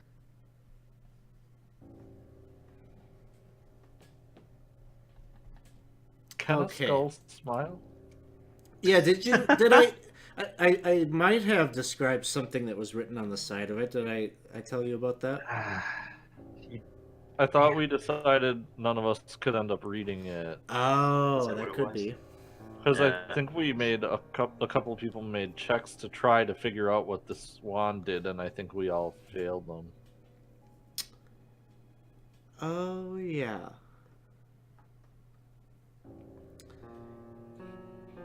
So if it's a ring of smiling, and it commands the skull to in a- smile, but it can't comply, would it just blow up? Does not compute, cannot resolve script. It actually Yeah, it's shoots just, out. The only note that I have is There's an electrical discharge that like shoots out like a lightning bolt spell. Oh, So now you know this is a wand of lightning bolts, yay! and he needs to make a Dex saving throw, which he Crit smile. Oh yeah. he saves, and because he's got the evasion trait, he just kind of again flips his staff around to like kind of disperse electrical discharge, and it just starts to like wave and dodge or get dispersed into the area around him. Take This a freaking lame guy. This What a freaking lame-o. All right. Son Well of a then, bitch. I'm just gonna take like a few more steps this way then to push these guys further away. All right. Now that I'm awake. The Skull Lord.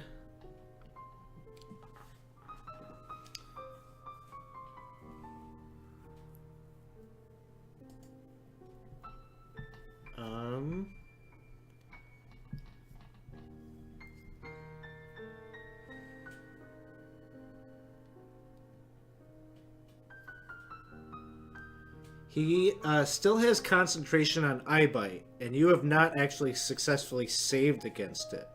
So he does it again to you, Reggie. Make me a wisdom saving throw. And this time you save. You can feel him kind of. You just shot that lightning at him, and he, after he's done doing his little baton twirling, he throws the staff pointed in your direction. You can see this milky white or this milky black ink kind of like dripping like almost like a water fountain right over the eye socket of his skull, and he's trying to put you back to sleep, but you resist it. Yeah, I'm awake. You are so woke. And then it is Azad's turn.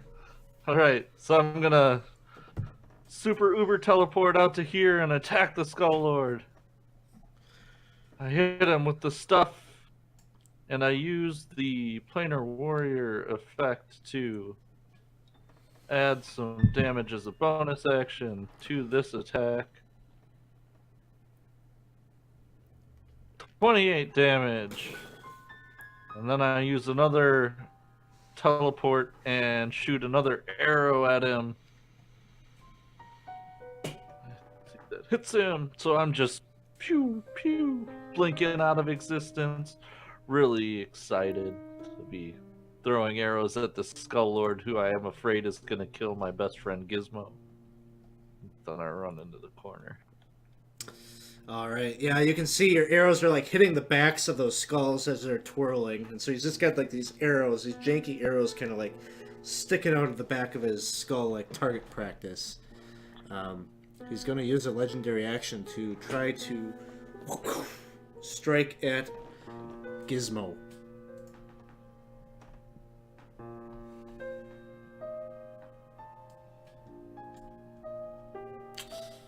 Gizmo is pretty deft at dodging out of the way. So again, he dodges out of the way, recoils.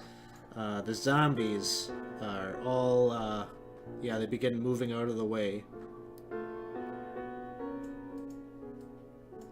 And they're kind of ganging up over here by the corpse of Castad.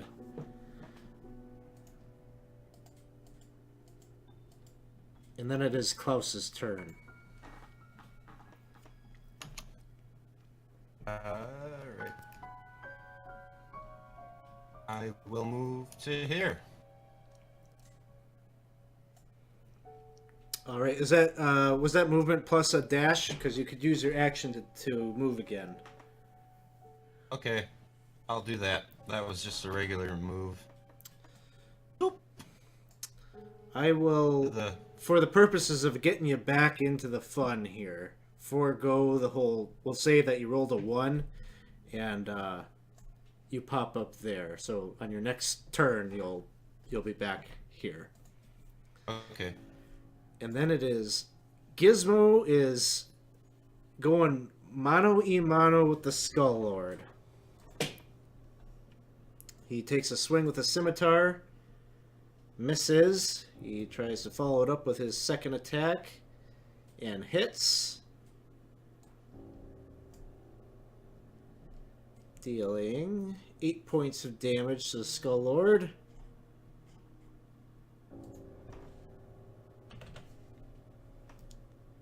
And the Skull Lord is going to use a legendary action to cast a cantrip. which he will reach out and do against Gizmo as he connects with the scimitar. The Skull Lord, with his left hand, grabs onto his wrist and gives him a shocking grasp, which I think is an attack roll, isn't it? Do you know, Joey? Yes, it is. It's a spell attack. And he's going to hit. And then I think it's D8, and he gets, he doesn't evoke attacks of opportunity if he wants to move. All right, so you can see Gizmo gets kind of like jolted and shocked a bit. Ouch. And then the flesh golem begins to move away.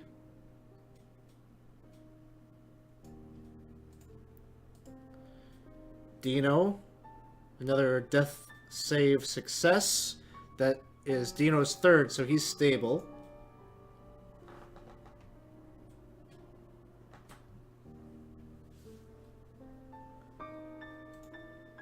Reggie, it is your turn. All right. I'm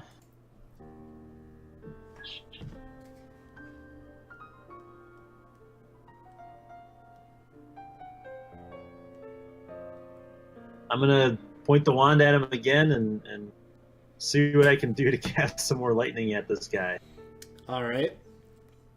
So he will make a dexterity saving throw.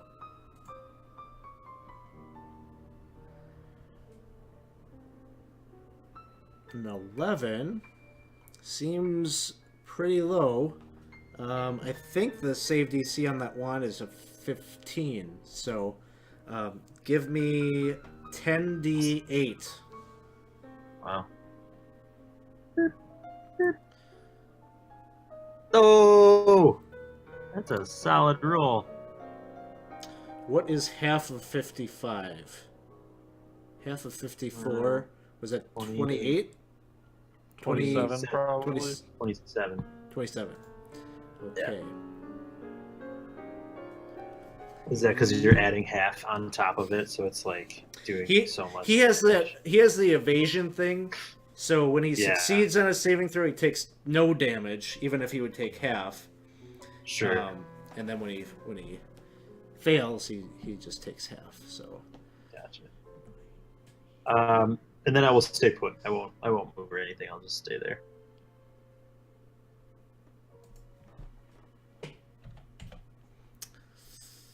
All right.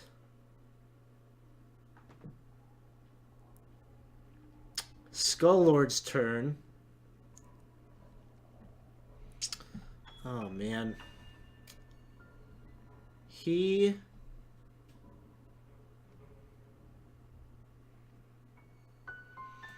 moves to here and casts Cone of Cold down the hallway. It'll strike both Reggie and Gizmo. This might be it. Gizmo succeeds. And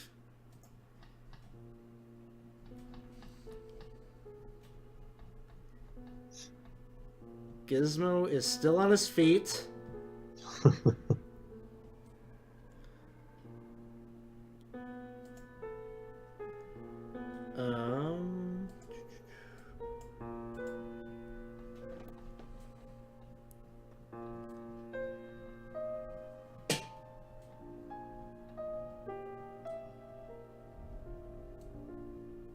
Let's see, sorry. Cone of Cold. Oh, good. Cone of Cold. Con save. Reggie fails. And drops. It's just kind of like glazed over with this cold energy and drops down to the ground. Sorry, guys. Izad, it is your turn. Okay. Oh no. So I walk out and then I do the little teleport and I try to shoot some more arrows at the back of this guy's head. I hit him with that, and I'm gonna add some extra oomph by really squinting my eyes and focusing on the powers of the universe to try to add a little bit of extra boom to this. How do you want to finish it? Boom. So he's multi-skulled, right? And he's Yeah. facing away from me. So the first arrow I just launch, it goes right in the back of the middle skull, and then that added force energy just pulses out and blows up the other two skulls. Skull Just fragments shatter. shatter and fill the hallway like diamonds dropping down to the ground, and his whole body just slumps over. And then I am seeing Reggie is down. So I'll start moving this way. Actually, I still have another attack. Does it look like these... Not that I'd necessarily be able to tell, but since Reggie's laying on the floor, does it look like these zombies are gonna come back after us? Yeah, they suddenly, like, they were repelled, and as soon as Reggie went down, you can see their viciousness. They're moving back down the hall towards you. Okay. Well, then I'm gonna shoot. I can actually shoot at this flesh golem. I'm gonna pop some damage on him. And then if I shoot at 3 different targets, I can shoot a third time. So I'm gonna shoot at this zombie number 1. Try to lay some damage on him. So I'm blinking around, and then I'm gonna be like, Gizmo, drag Reggie back here. And then that's all I'm gonna do. Alright, so then the zombies take their turns.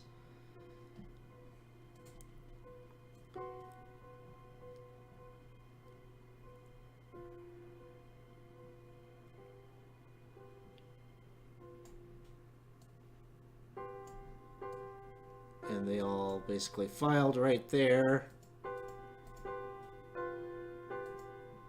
Klaus, it is your turn. You are looking upon the devastation of a battle. You can see Dino is down, Reggie is down. What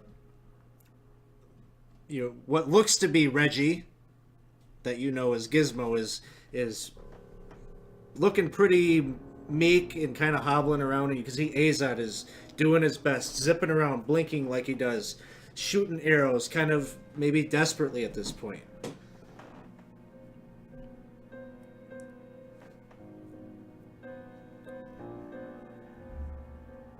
Try to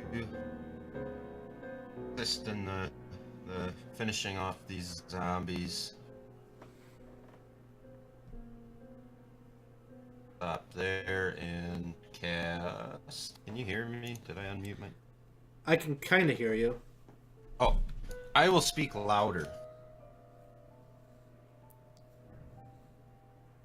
Let's shoot some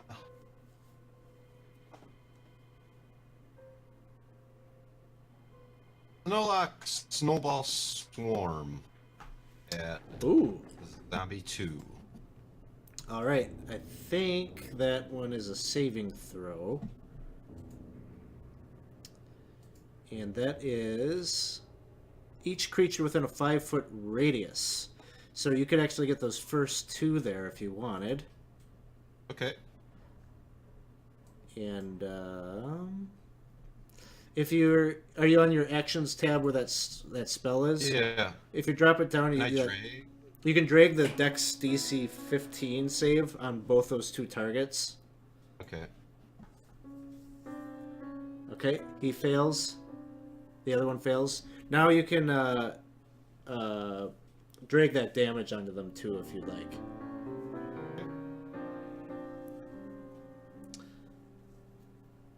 All right.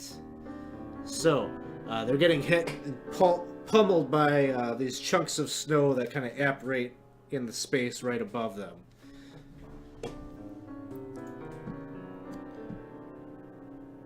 And then it is Gizmo's turn.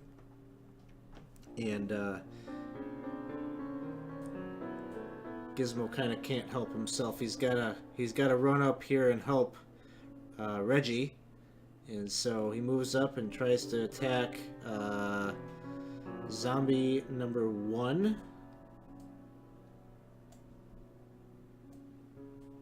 Hits and hits.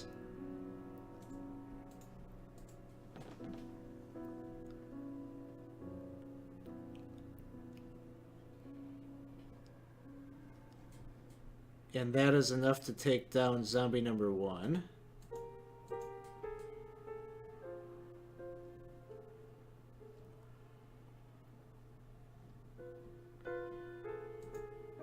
And then the flesh golem is moving up.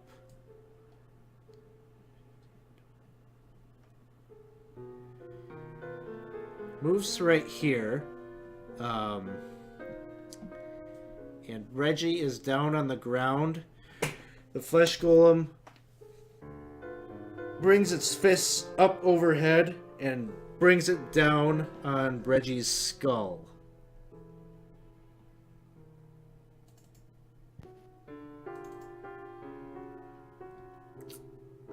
18 hits. Sure does. All right, that's 2 death saves. Have you failed any yet? I haven't had any rolls yet. Okay.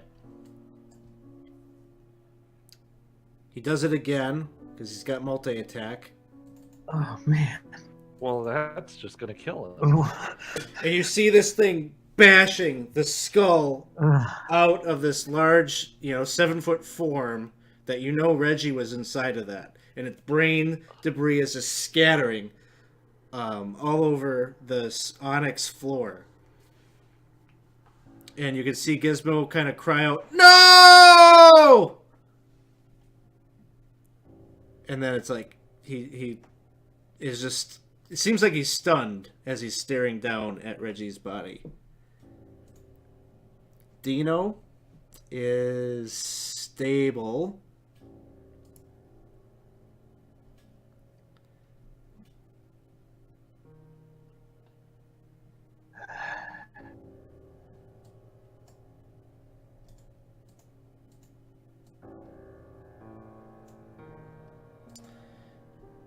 And then there's a behavior change in Gizmo. Reggie, it is your turn. What? Where'd Gizmo go?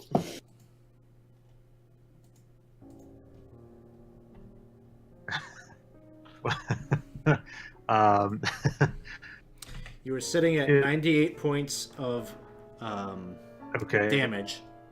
Yeah. Okay. I would imagine my ace. I guess my ace isn't hit right now. Let's see. I think I could pretty rapidly bring you right back to Yeah. normalcy here. Because, what was it? I took a screenshot, but I think you had a strength of 19? Or 19. 19? Yep. I believe it was 19. You had my- a dex score of 14. Correct. And my Yeah. charisma, I think, was 11. 11. That sounds right. I'll double check that after the game, but I think Okay. you should be back to, because Reggie, you're standing there, your body is on the ground. You could very quickly grab, your shield, and Okay. if you had your sword, Yep. you I will probably definitely don't do want that wand. I assume, but you I could pick it up certainly if you do want. Nope. I will be very careful Yeah. not to do that. Yeah. Yeah, I would grab the shield for sure, and then unsheathe my longsword, my Holy Avenger longsword, and I would just hack at this guy. Okay. Would there be any kind of a summoning sickness kind of thing where do I still get my 2 attacks? And Yeah, I mean, you're kind of okay, disoriented, but it almost kind of feels like you were in the midst of battle anyway. oh sure, yeah, okay. All right. So there's that, and then let's see. The dam. Hey, Dead Hand, thanks for the follow. Huzzah! Huzzah! And then I'll hack another time. Sky. And Yeah. So like, I want it to come straight down the middle and like cleave him into two parts so that he just a heap Yeah. of flesh matter on the ground. Asa. and- Oh, sorry. Yeah. Go ahead. No. That's I was just gonna say I'm just gonna stay right. Okay. Asa, Okay. it is your turn. So I'm shocked. I don't think I even realized yet that Reggie is in his own body again. So I'm going to very angrily shoot at this flesh golem and gonna add my little planar warrior grabbing the what do you call it? Using the powers of the multiverse. Try to add some damage to him, and I'm gonna pop another shot at him. Oh, and I automatically missed because I rolled a 1. You've had a lot of those tonight. I know, it's kind of, well, I mean, I just, I'm befuddled right now.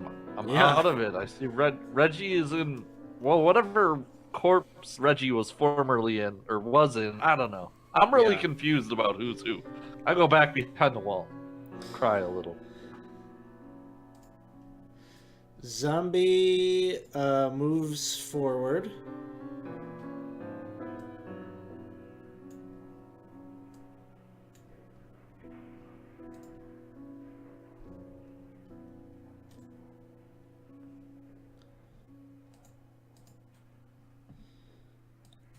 And attacks Reggie at disadvantage and misses. Klaus, it is your turn.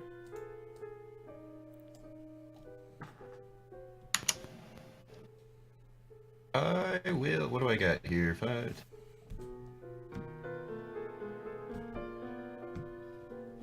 I think my sword will reach across that distance. 5 feet, 6 feet. Yeah, you can Yeah. get there. Okay. Sounds good. I will destroy this asshole. Well, I'll try. He's got a green light on him. He's looking pretty healthy, so maybe this will be satisfying for Klaus. Green means go. Yep, that'll hit.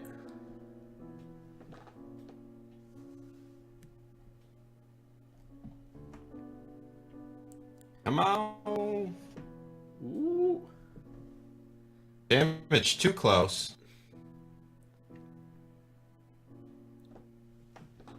What? Did you drop it on yourself?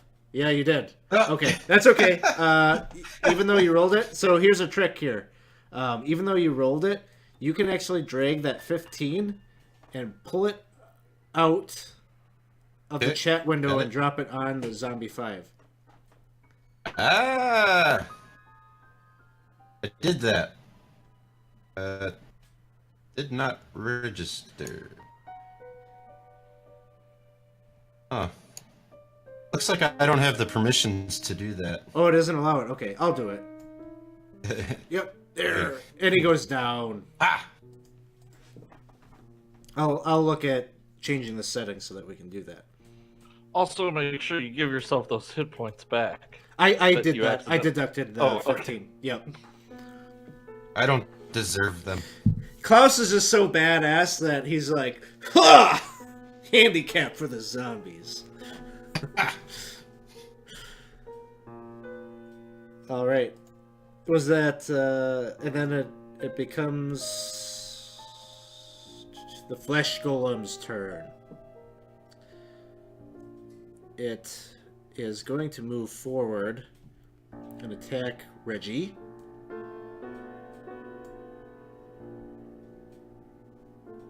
Hits. Deals 9 points of damage. Second attack misses. Dino is stable. Reggie, it is your turn. All right. Hacking away yet again. That'll hit. This is... Oh, it's not undead. It's a construct, right? Yeah, I never should have had it Oh. retreat. That's alright. That's my bad. That cancels out the snafu with poor Francesca disappearing. Yeah, there you go. All right, so then I'll hack again. Hit. And still up. Still up. Aza. That's it. I'm charging back into the hall and then zoop, teleporting and shooting. Pew pew pew. Hit him because I didn't roll in that one, and I'm gonna channel some planar energy into this attack. Bammo! How do you want to finish it? This is one hulking beast, and his jaw's been dislocated already by that former body. So I just wanted to kind of right into the chest and just sort of explode impact force damage. Maybe split his rib cage out if he had one in there. If they assembled him with one. Whoo-wee. And then I guess with my remaining movement, I'll go back here towards. If when it comes to it, I'll cast healing or cure wounds on Dino to stand him up if possible. You all can see. Yeah, you can do that. Cast your healing on him.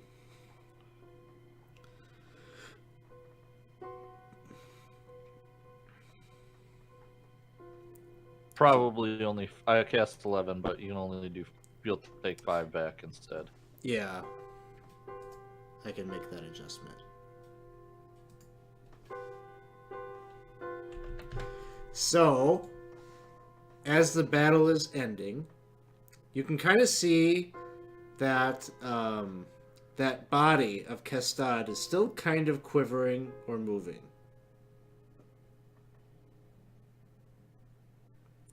I promised him I would kill him. We must end him.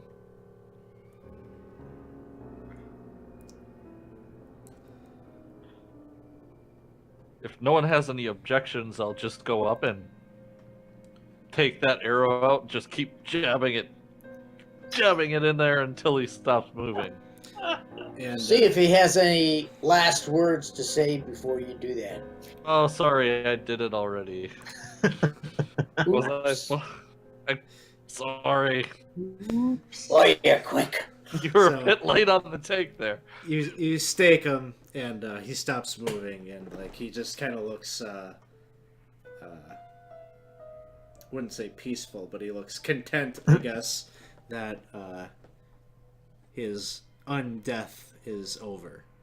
Okay, if I'm gonna look at around his body for anything remarkable or identifying that I could take maybe to prove if we find his brother or Rehi, to prove that we spoke with him or something. Make an insight check. Sure. Skill. Insight. Oops. Hold that off thing. Come here.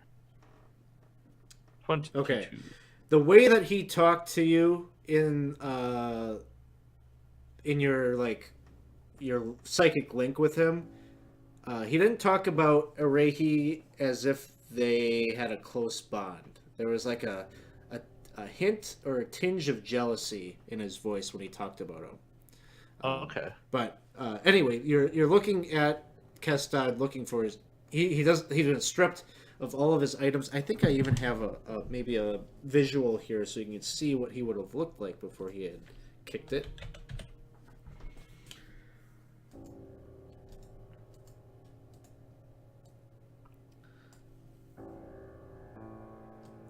Kind of some old school art from the Planescape book there. But yeah, essentially he's just in his rags and stripped of all of his possessions. Upon his body, there are some tattoos that are written in a type of Elvish that I'm not sure if you can really understand or read. Not deep speech, is it? No. Okay. Undercommon, I mean? No. It's, does somebody speak Abyssal? Okay, Reggie, there seems to be something about it Okay. that is kind of a blend of Elvish and Abyssal. Hmm. You can't really make out meaning, but there's They like speak Elvish.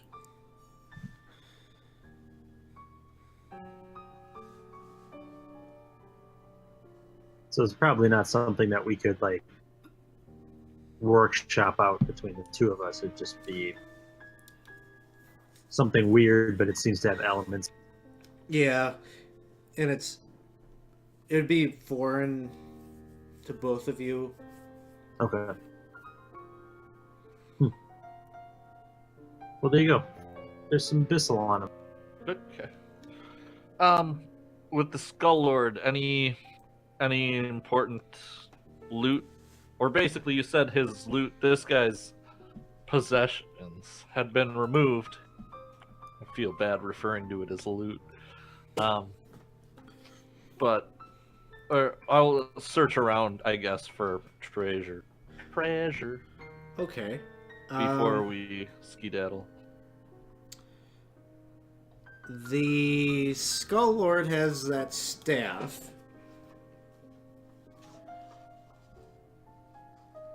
And it's maybe a mystery to you whether there's anything remarkable about the staff itself, or if it was just a prop that he carried that he used to, almost like an arcane focus. But it is a piece of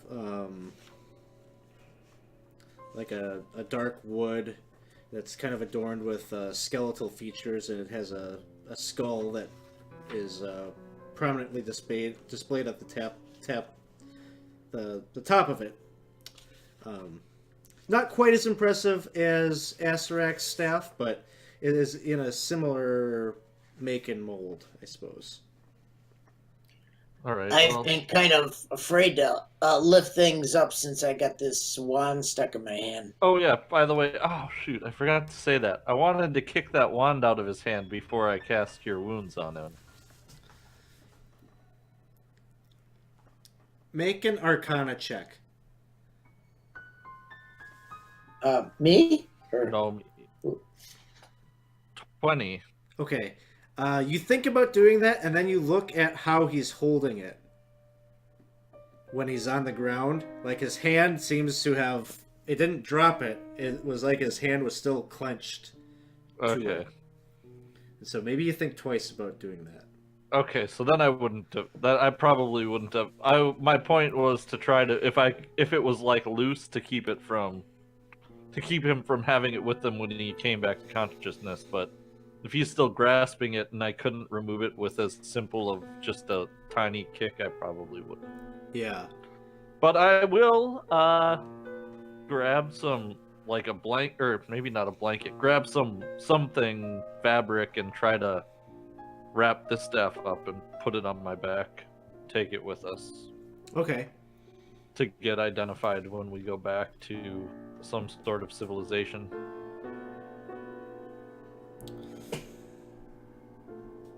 So, you vanquished, well,